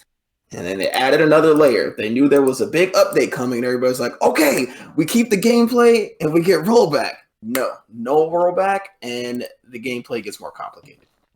That's the worst thing they probably could have done. So I honestly have played the game maybe twice since that patch came out. And it's like it's one of my favorite fighting games ever. I not touched it. Yeah. I really okay. He said, all right, I'm gonna miss him, but yeah, like I really enjoyed Grand Blue as well. Like I really like the game a lot more than I thought when it came out. It's so good. Yeah, but the thing is too was exciting to actually do, and it's been actually over a year when we had our team battle against Savannah Coastal Concourse. Shout outs to them. Shout outs to Ahe. We love you. Shout outs to Blue, Professor My boy Blue. Necotech, and Hey, Blue been doing work, bro. Like yes, Blue is like out here competing. Yeah. He's out here. Blue is catching bodies, bro. So shout out to Blue, man. Yeah, like with Eustace nonetheless, the character that everyone said was trash. Yeah. Eustace is pretty cool. Yeah. This is a dope character, and the buffs they gave him were pretty nice. Yeah, Blue was it like was it? I forgot the recent tournament he was like. Yeah, Blue almost like went. Damn it, like top 8 or something like that. I think he was at Frosty Falcons, I think, wasn't it? It was like more recent, like this year. Oh damn! I want to say no. Was it? It wasn't. Kumite. I want to say before Kumite. Not, is it C Otaku or something? Like something like that. He placed really well and could have made like high top 8. Mm-hmm. Trying to think of the tournaments in October, but like he like was really good. Like he actually did really well with Eustace. 'Cause I remember cheering for him Because so the thing is, I've been trying to keep in contact with Savannah Coastal Concourse. That team exhibition against them. God damn. Yeah, I'm still in their Discord actually. Yeah, they actually are down to do a rematch for Grand Blue. Oh God. We have recently FGC Chris, shouts to him. He's been he plays Grand Blue as well. Yeah, I've been trying to get some matches with him, but our schedules never line up. I'm a night owl, bro. He's just always asleep when I'm awake, and vice versa. We just haven't linked up yet, but we're gonna get some games in, Chris, for sure. So, yeah, Grand Blue went out pretty sad, like I Joe said. Until it gets, the R word, it's not gonna get any better. Unfortunately. And it's ironic because y'all remember at Evo they announced a world tournament online, bro. And and I don't know if like ArcSys is tone deaf or they're like working on it and they're not putting it out fast enough. But I don't see how they don't see on Twitter. Like when they announced the world tournament thing on Twitter, their official Twitter, there's like literally pages and pages of people posting the memes of like the huge community outrage because everybody wants rollbacks. One of the funniest tweets I've ever seen, bro. It was during daylight savings time recently, and somebody said, "You telling me time got rolled back before Grand Blue did?" Oh God, dang! Damn, bro. Literally everything is getting rolled back but Grand Blue. Yeah, and it sucks, and it feels like. It is kind of weird to me that they would put time to add these like Guilty Gear mechanics in the game and not use that time and resource to like just fix the netcode. It's very strange. Like I really don't know what's going on over there. It's really weird, right? Yeah, and it's the same thing with DNF Duel. It's like game comes out, it's like an actual shit show. Oh God, they told. No, we're gonna bring that game up, bro. Bro, I haven't touched DNF Duel in like at least 2 or 3 months. I was so glad. Let me look at my Steam library. Wait, let me see my last play too. Hey, wait. All right, we're gonna say it at the same time, okay? Don't say yours yet. Hold on, let me get to the D. Pause. Oh my gosh. All right, I got it. All right, you ready? All right, 1, 2, 3. October July 17th. 28th. God damn. Wait, you said when? Wait, October 17th. Mine was actually a little more recent than I thought. July 28th for me, bro. Even funnier, you want to see when's the last time I played Tekken? Oh, I know I played Tekken recently. When was the last time you played? Bro. Oh Lord. That shit probably finna say 2018. Bro, it's before pandemic, bro. March 30th, 2020. Oh shit. Damn. Bro, it was when the pandemic dropped. Oh my God, the prophecy. They said if Joe stopped playing Tekken, COVID was gonna happen. Oh God, don't say that, bro. That's messed up. Oh Lord, I killed everyone.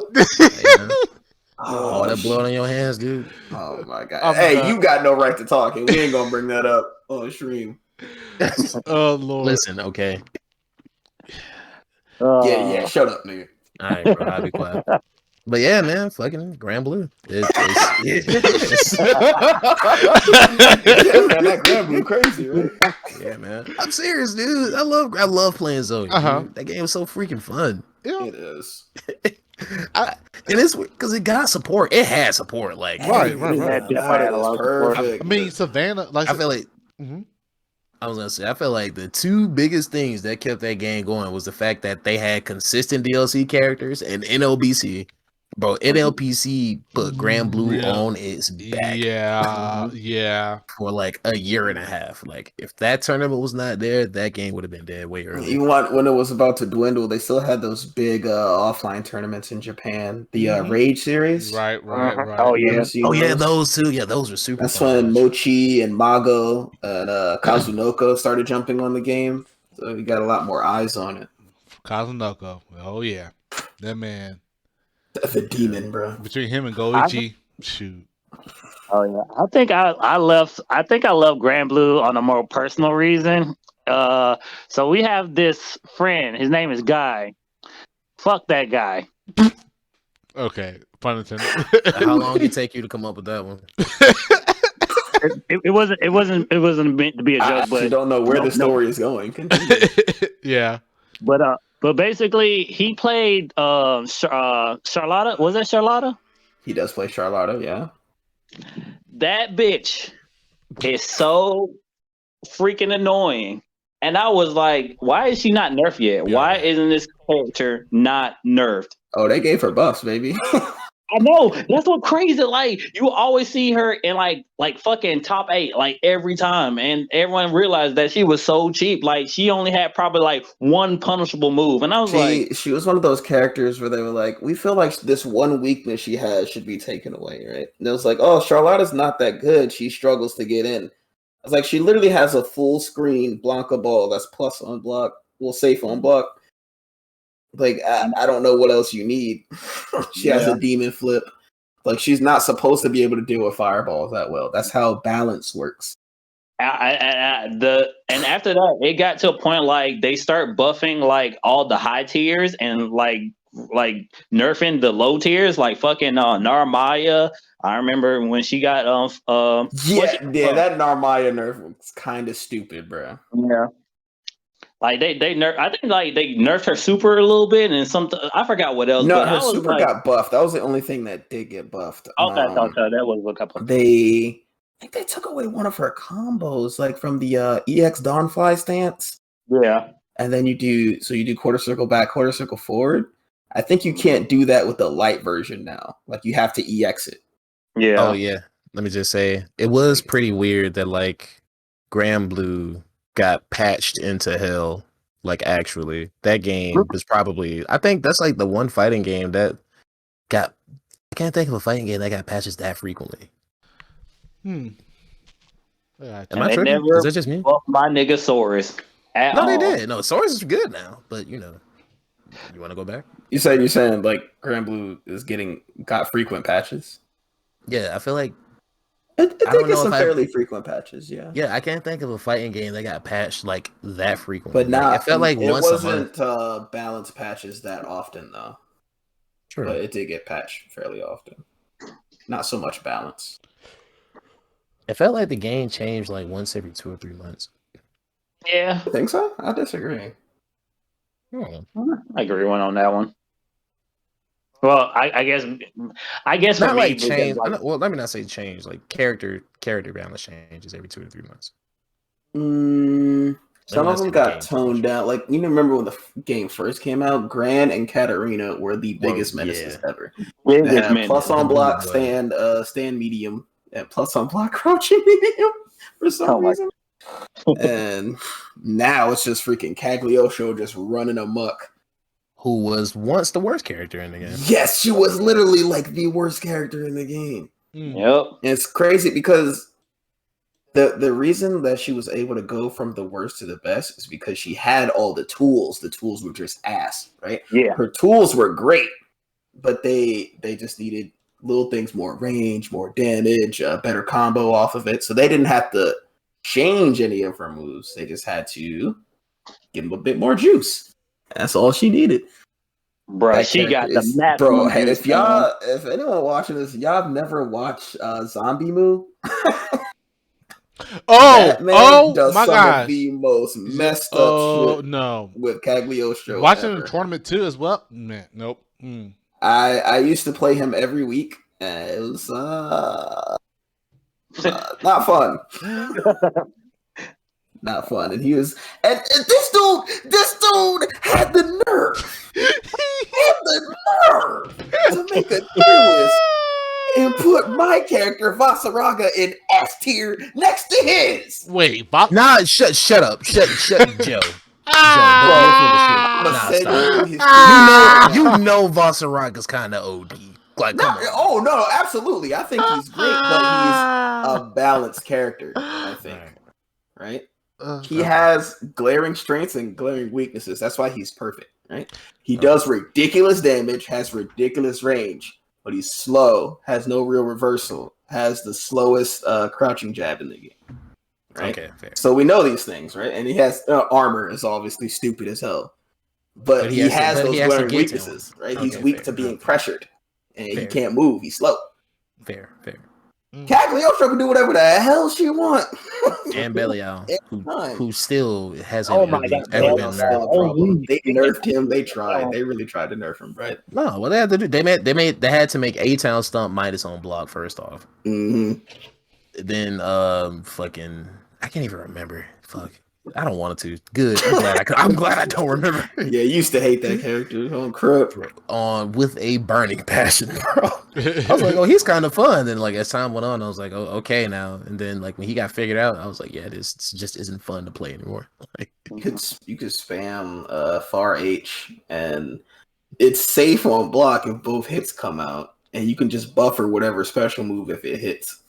So people would just spam. and it felt like it had ghost range to do it too. It felt Yeah, like it did. wanted. Because there was an effect that came out, the claw effect, and that added extra range to it. And then it was an advancing forward move too. Mm-hmm. Yep. All purpose, baby. Mm. Man, had a DP mix up. What's next on the timetable? I think we should just all touch on whatever makes Chambliss have trauma. You know what I'm saying? Like, What makes me have like video fighting game trauma? Oh, don't get me started. I mean, So much.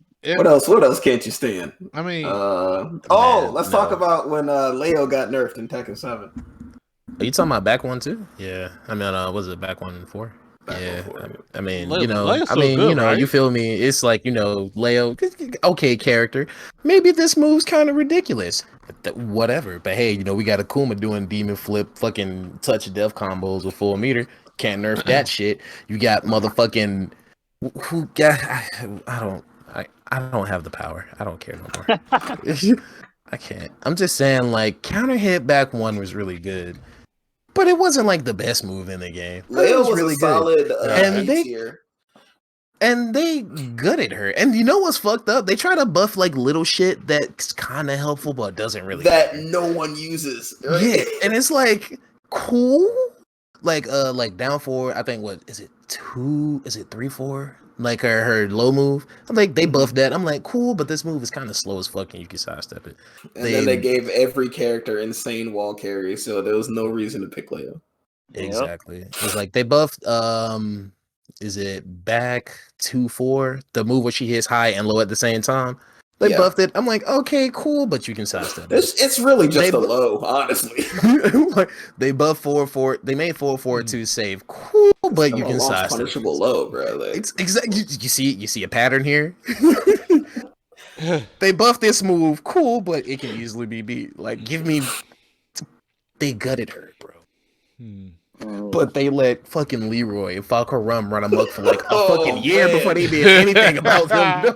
And y'all see why I haven't played this game since when? March 30th, 2020. And Tekken is my favorite franchise ever in video games ever. Steve? And I am done with that. They let Steve run wild and free since the game came out. Oh God! Like, Leo can't have a counter hit back one. Bro, when I go to sleep, I see back one and I wake up in the middle of the night. Take my back one. Take his back one. What the fuck? Like, why did Steve keep his back one for 20 fucking years? Leo, a character that just came out in Tekken 6. She whatever. I'm done. Y'all got me. Are you happy, Joe? Are you happy? You got what you want. Hey, let's talk about how when they nerf Eno. Bro, don't get me. Is it stroke the big T actually? Wait, hold on. No, I actually want to know. Okay. What is it? Heavy stroke like minus now? My nigga, the move wasn't already that good. So heavy stroke is +2. You know who can just say fuck that? Nago just 2S, yeah. He's just because I can't fucking 2S no, not TK. No on block. Okay, so like when it was +2 on block, if you do heavy stroke the tree and hit Nago can hit 5K, and because 5K's lower hitbox makes it fucking disappear. As I try to do a follow up to P, the 5K wins. Oh, that's hilarious! And the only way to beat that, and you can die off of 5K. And the only way to beat that specifically is the 6P. So like I'm taking a gamble. Yeah. Just by coming in plus. I'm not plus anymore. So now if I touch you, I'm -2 in your fucking face, and you get to just do what you want. Wait, so the heavy one isn't plus anymore? No, it's not. It's minus. It's, yes, it is -2.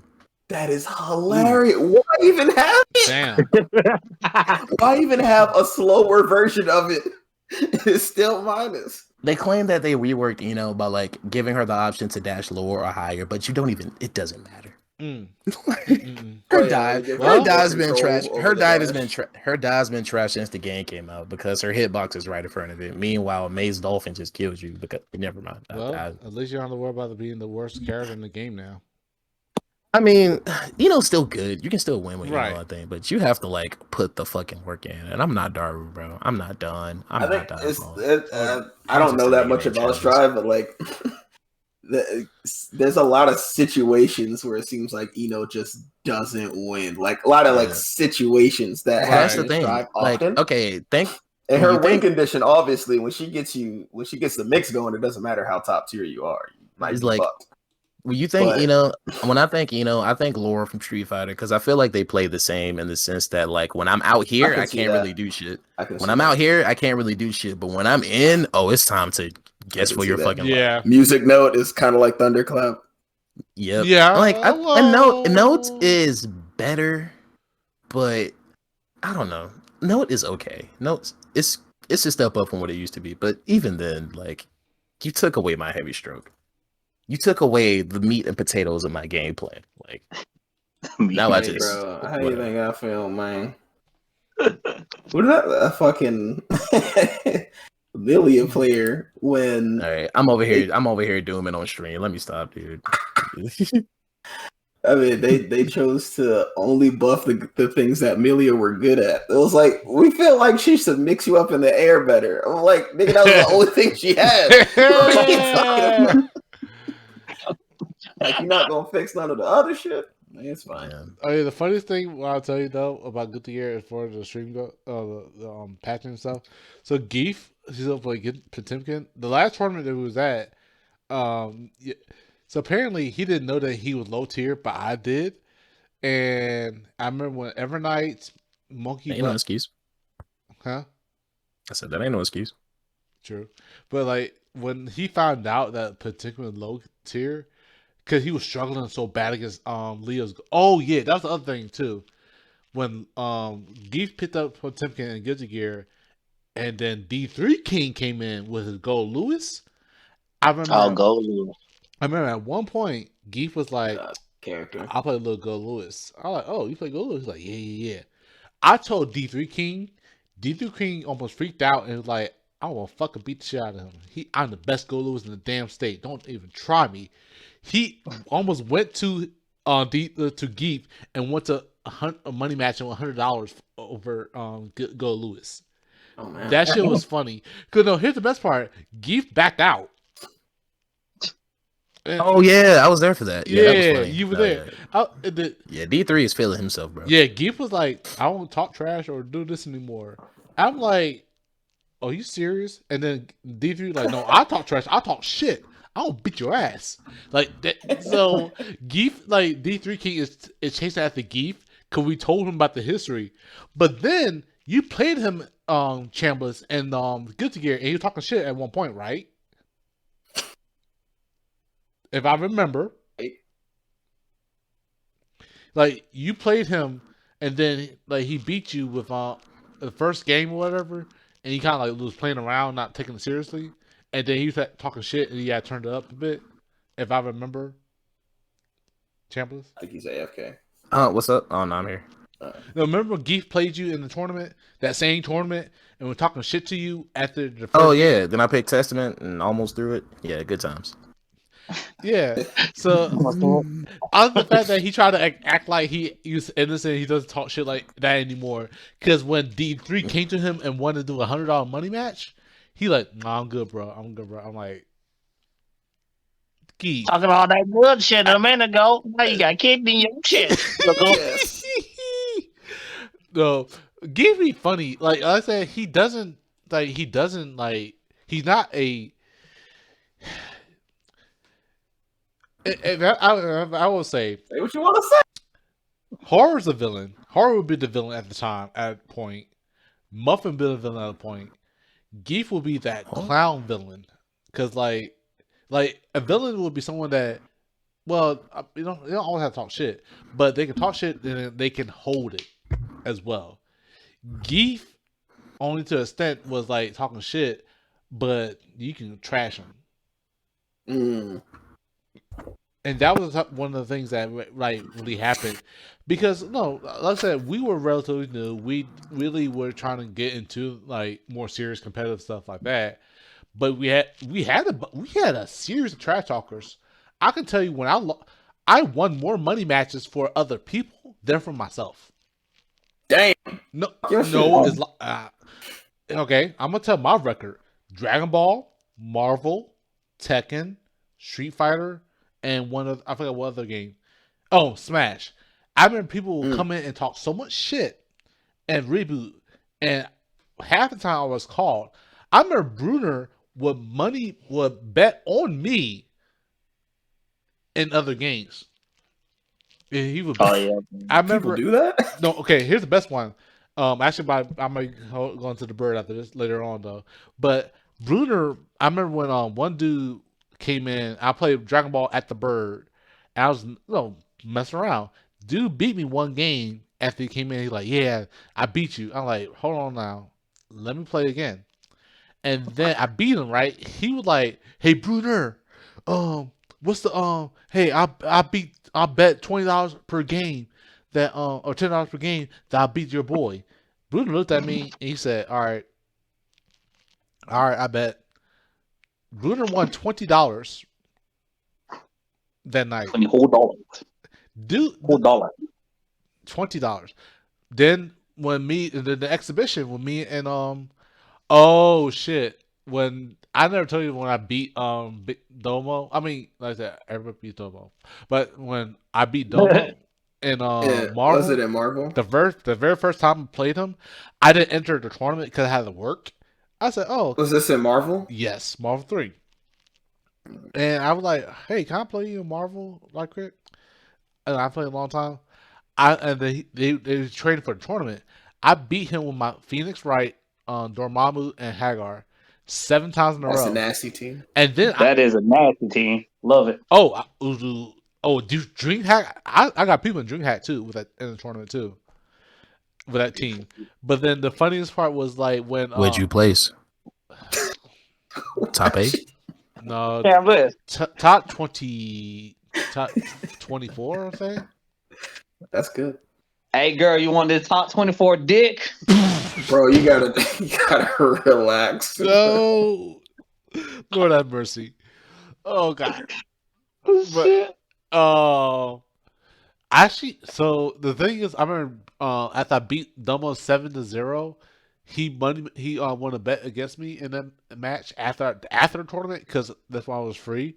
I beat him again, and then we had the exhibition thing, and then on the stream, Bruner was like, "Hey, I bet $5 on Kirk, and I'm winning," and Domo was like, "Bet," and it was our first to 10.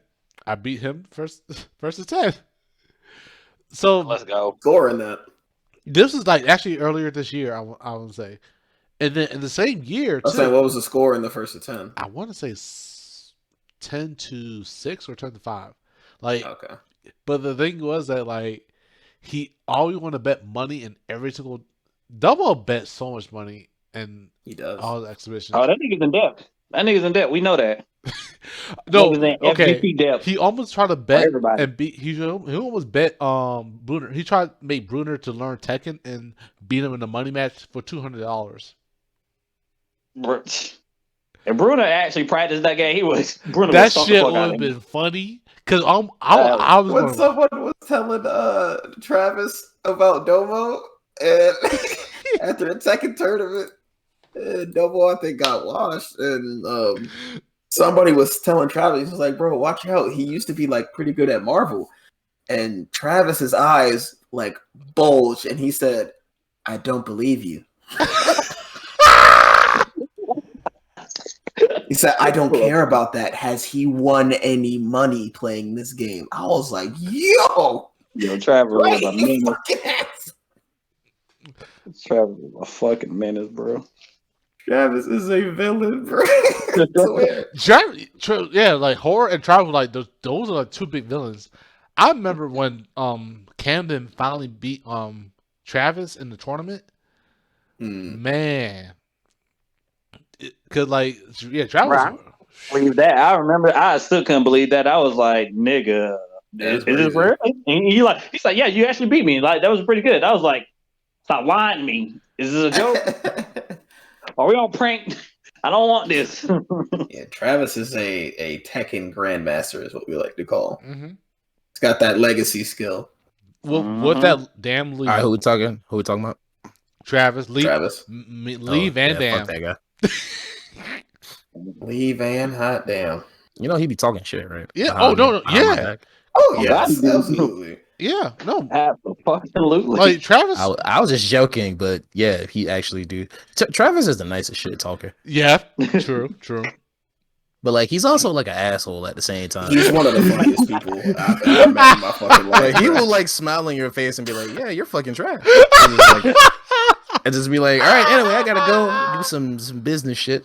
All right, bro. bye. I remember the moment where Travis became one of my favorite people, bro. It was one of the first tournaments. I think it was down in the dungeon. And this is when during the Tekken Tony era, and when he went by the name Benjamin LD. Lord have mercy. And said there used to be the call out when they call him. They said, "What that LD stand for?" Long dick. And then somebody set up behind Travis, and Travis turned around and said, "Hey man, don't say that in my ear, okay?" He's like, "Yeah, I was just telling you what it stands for." He's like, "Yeah, I don't want to hear it." The second time when Bates, I think it was like one of the first time Bates came down, and one of his friends came with him. He was like, "Yeah, let's go ATM, beat him up." And then Travis leaned back, paused, and said, "Hey, you can't help him. You're a great hype man, but you can't help your friend. He's gonna get his ass beat." Why is that? He proceeded to the round brown Bates. I was like, this man is like an anime character. He's not real.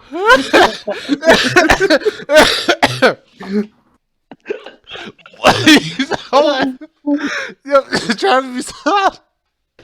It's that tone of voice, right? Like it's so calm, but you can tell there's so much psychotics behind that shit. I can't. My stomach hurts.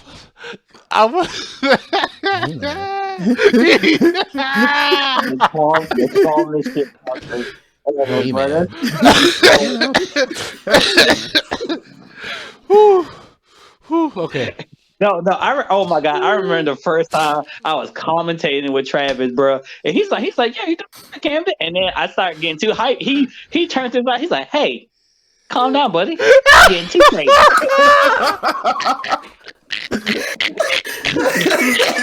I had a crazy whole face, bro. Like I had to shut up. Like I didn't know what to say.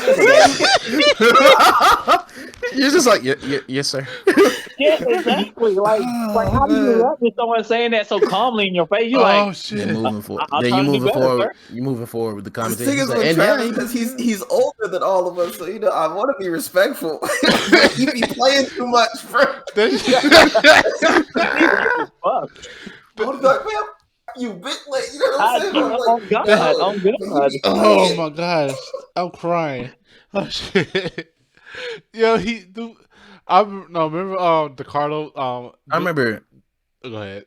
Oh my bad. I was gonna say. I remember when I first picked up Double Gen and we played like 40 games straight. And I was like, "Hey man, how's my Double Gen?" And he was like, "Oh, he's trash." I was like, "Damn." He was like, "Yeah," but you know that's okay. The biggest smile on his face. He said, "Like he's trash." No, he's trash. No, when I remember Ricardo threw that controller one time. Oh God! That one you said that one time. What do you mean one time? It hit Travis like, okay. It did. Wait, you said it hit Travis? Yes. He hit bro. Travis. Why don't I remember? I probably No, wasn't we was there. at the house. We was at the house. Oh, okay. I probably wasn't there. Oh my gosh. But yeah, Travis be like the way he acts, his mannerism is great. Demeanor is just, Like you can't say shit with a stone cold face, bro. It throws everybody off. Like I'm like, yo. the movie that came out that called Smile. The movie that Oh God. Travis. I want to see that shit. That's how we like, bro. This is haunting. This is haunting. We love you, Travis. Leave it there. We love you. But that shit, every demeanor, like it's so great. Oh man. Oh man, that had me crying. I'm sorry. Whew. All right, I'm good. But it's just the stories about it, and then from the Tekken era to Mortal Kombat, Grand Blue, Soul Calibur. I mean, like I said, of course I'll wrap it up, but like y'all three definitely bring out a lot of the stuff. Okay, y'all more there than I was for what was going on, and it's just where I'm really excited. Oh, is this the mushy? Is this like the part where it gets all mushy and was like, "Hey man, I love y'all niggas. Can we?" I like that mush. Bro, what my man speak? I love y'all. No, my bad. Go ahead. Oh, my bad, King. My bad. My bad, Black King. My bad. damn. My bad, Black King. My bad, Black King. No, I'm sorry. Let my man. Speak your truth, Black King. But Built like a kneecap with a calf attached. Nigga, you look like a mop that's been mopped through mud. You always go to mop. Stop calling me a You got dress, nigga. What else? What? I'm bald. So wow. There are other Crazy. things Oh, that look similar. alright, But you could have said duster. You use a duster. Goes through. You could have said broom. bro. oh, Bro, Lord. come on, a broom. Okay, you know what? True. Anyway, say what you were saying, Kurt. Before you got so rudely interrupted by Joe. Like I said, Before you were so rudely interrupted by Mr. Bean. I hope you break your kneecap again. I already did. Good. You on the third time. I'm glad. Good. oh okay. I hope you fall down that hole. I can't get that. Hope you fall down that hole in your staircase. Yeah. It's fixed, nigga. Fuck you. Hope that shit break again. That shit's sturdy.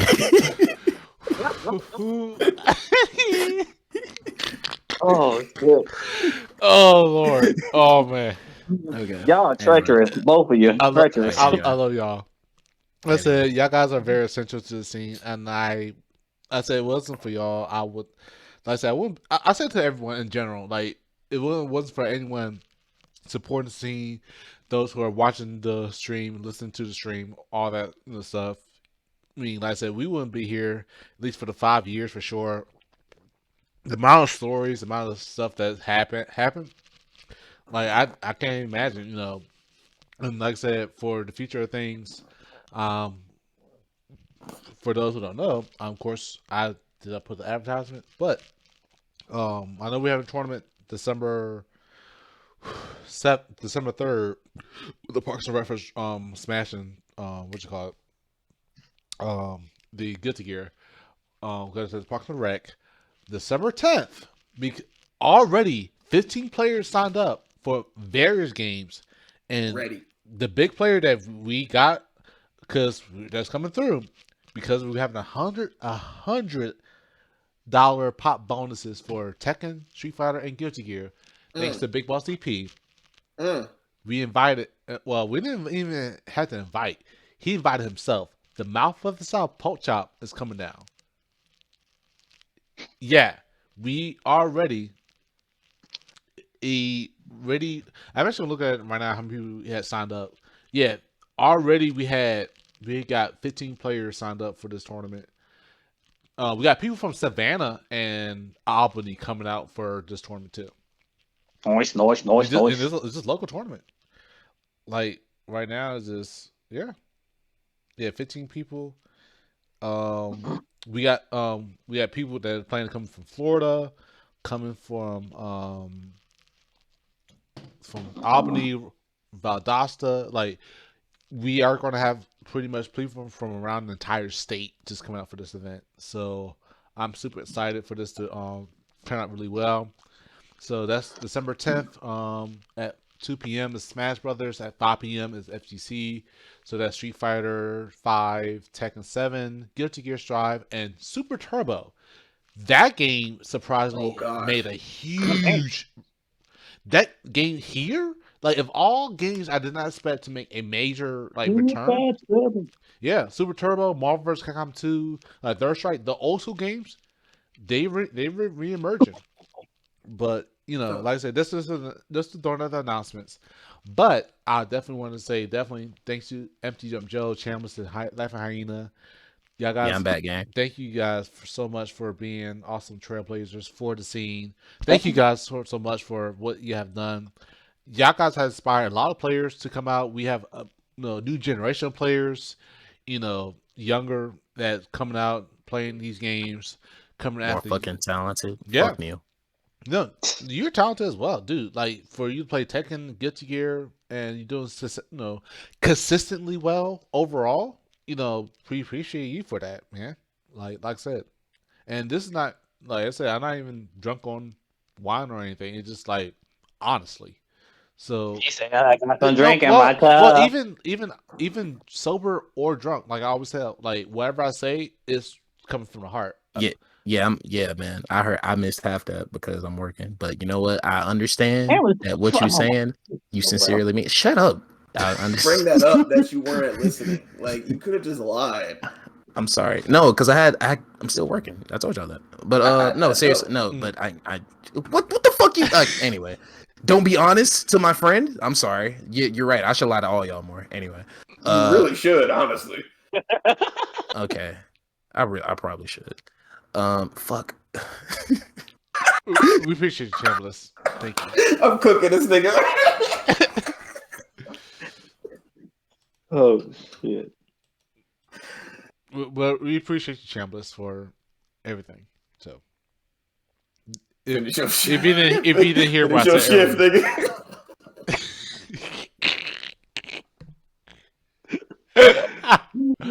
But as well, EmptyJumpJo, thank you so much because you definitely give a bunch of knowledge. I remember you teaching Ricardo how to play in Tekken at the time, and I remember when he started learning really quickly, he was like, "Damn, you kind of regretted it at the moment." But not that much. I never regret, sharing any knowledge. True. I feel you. But either way, thank you so much though, and of course, Laugh at Hyena. You give us amazing reasons to laugh, enjoy events and stuff. Because like I said, you've been one of the big highlights for tournaments and for years, dude. Yes, for years. It's crazy. For years. 5 years. For years, at least we've been here with the Reboot gaming scene, and I'm excited for 5 years more. And of course, the last question I'll ask for each and one of you. What do you see for the Middle Georgia / Reboot scene 5 years from now? EmptyJumpJo, let's start with you. As far as local scene, just more people that want to actually learn fighting games. And if you're casual and you just want to play and hit buttons, that's completely fine. But if you're playing fighting games, obviously you need to learn how to play them. You don't let me rephrase that. You don't need to, but you would want to, right? Because the goal is always to beat your opponent, right? How do you do that? Right. So let's figure that out together in a very fun way. People are very stubborn by nature. Humans naturally are. Right. And humans have very bad habits of when they make mistakes to blame outward sources. And that's really to everyone's detriment when it comes to learning fighting games. So I just hope that going forward, everyone in the local scene will be able to just share humility, and that from there you'll be able to learn so much more from that. I got you.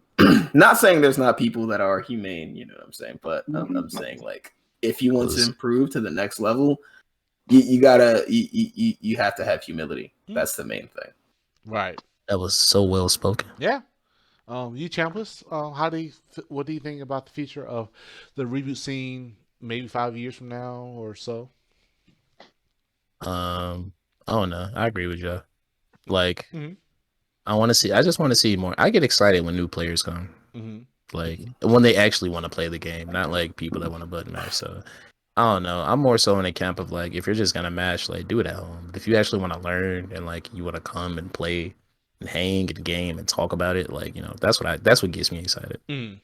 I don't know. I find because like for a little bit of time, I got bored of coming to play Tekken 7 because I was more or less the best person, and like it gets really boring beating up the same people Right. night in night out. So it's like I don't know. I just want to see more people with like a competitive spirit come out and like want to actually play the game more. Because I One have. more thing to add. Sorry. Uh-huh. Because you said within the next 5 years, there are 2 very big fighting games on the horizon. Oh yeah, that's right. So like the scene might just like revitalize. Like, I I'm feel like when very Tekken 8 hopeful comes for the out, future. Mhm. I feel like when Tekken 8 and Street Fighter 6 come out, it's gonna be like Man. 17 all over again. Yes. You know? And Yes. I'm really looking forward to that. I'm really looking forward to people coming back out of their coming back from under their rocks. People we haven't seen in years come back to reboot. Yeah. Duke it out again and Tekken 8. So Yeah. pending like everything goes well and the Right. game isn't Right. on some bullshit.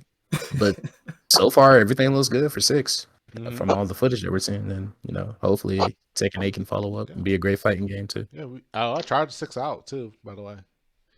Hell yeah! How'd you like it? Oh yeah, you gonna love it. It's gonna be fun. Hell yeah! And then I feel like by that time, maybe 5 years from now, we'll get into the Arc System games, and hopefully, Mm-hmm. I feel like Arc System hits the mark in a lot of ways, but they also miss the mark in a lot of ways. Like I got you. great animation, amazing netcode, amazing character designs, like amazing like combo systems and all that. But like failed in the simplicities. Yeah, like overpowered characters, like some bullshit moves, not nerfing certain things, not buffing certain things. Simple ways of getting to play people. Simple ways to get. Oh yeah, like the lobbies are abysmal. The lobbies suck. The rank system sucks. So hopefully, I feel like I'm confident that the next Arc System fighting game that blows up is gonna be like a culmination of everything they did right. At least that's what I'm hoping for. Okay. So yeah. Culmination. And how that relates to us is, new fighting game, people want to compete. Hopefully, we'll see the next EmptyJumpJo, Laughing Hyena, Chambliss adjacent, and they're late to, young 20s or whatever, and they want to learn fighting games. All right. You made it sound old as hell just now. That's crazy. Bro, like in 5 years, we're all gonna be in our 30s, bro. I'm 32, so I'm already. I mean, you see, he's already there, so we on the way. I hit my prime. So, yeah. No one passed my prime, so yeah. I ain't gonna get 30, bro. I'm gonna be 29, part 2. Oh Lord. This nigga said he gonna be 29 S plus. That's crazy. All right. Well, Camden, Laughing Hyena. I would say the same for them, but also, hopefully in the next 5 years, like people start to like come and enjoy it and just come at the scene like for fun. Because a lot of times the reason why I'm always so hyped and energetic is like it because I want people to have fun. I want people to realize the scene is for everybody. Like you can get in there, play some casual games, or if you want to learn and be competitive, like especially if you want to do competitive, don't think we're just gonna beat you down. It's just like we want you to have fun. Like overall, we want you to have fun. And like we've like most of the times when I go out and reboot and I'm playing Tekken or Street Fighter, like we'll have like maybe 2-3 random people come in and it's like, oh, I used to play this or I play this, and like they really enjoy it and I try to make it fun for them. So hopefully we have like more traction coming in for why video games were invented. And I like that's why I want people to be a constant reminder. Yes, especially in competitive, like yeah, you're gonna have to work hard to get better, but like overall, don't forget to have fun. Like I'm always laughing. Even if I lose, I'm like, yo, you got me with that combo. That's crazy, and I'm laughing at all. Like I want them to feel invited and welcomed. So like, hopefully, someone brings that energy in the next 5 years. So, like you said, another Laughing Hyena. So I want someone to bring the hype if I'm not Two there. Chambliss? Nah, bro. Oh my Yes. God, Kansas will be lit. Absolutely not. Kansas will be lit. Hold on, could you imagine like Oh, Lord. Canvas synergizing with like another fucking screaming idiot? Holy shit, that would be amazing. Yes, I want that. Just become your that. idiot. It's like Meeseek splitting apart. Nah, Nah, I'm cool. I'm sorry. I'm sorry, Oh, Cameron. yeah. That was mean. I'm sorry.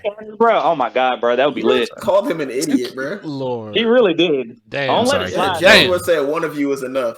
I agree. You know what? Nah, there needs to sorry, be Cameron, that two. was me. There needs to be two. Yeah. Well, like I said, thank you guys so much for tuning in. Thank you guys for you guys being the guests for today's episode.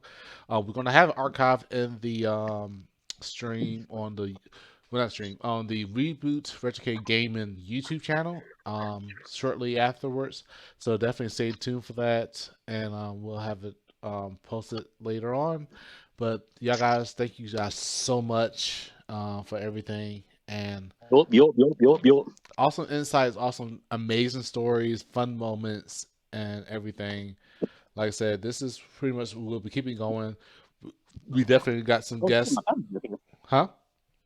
Oh, sorry, my bad. I didn't mean to interrupt you. My bad. Continue. I was saying we just got some guests planned for next episode.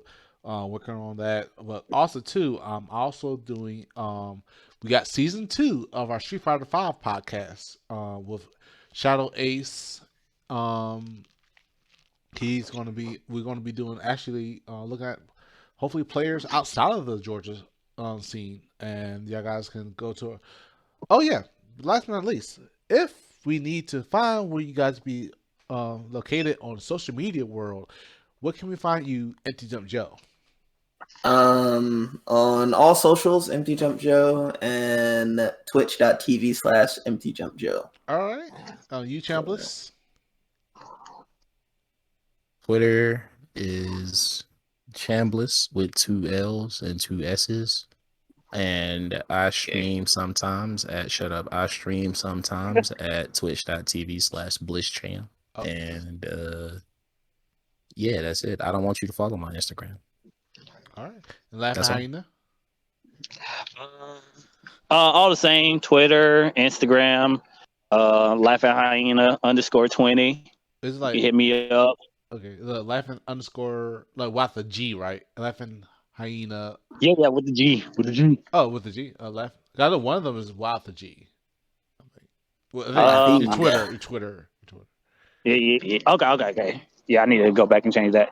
But yeah, not streaming yet, but we'll see in the future. All right. He's going to be. All right. Cool. But It's not optional. got you. But like I said, follow these 3 guys. Definitely support them. Most of it happens strong support in our scene, and they keep it going to this very day. So, like I said, thank you guys, everyone who tuned in to the stream. Looking forward to the next episode. But said we might have an episode of the Street Fighter podcast before then. But I will keep you up to date. Follow me on Twitch. On Sir_Retro08. Twitter is 00. Sir Retro 08. Sir Retro 08.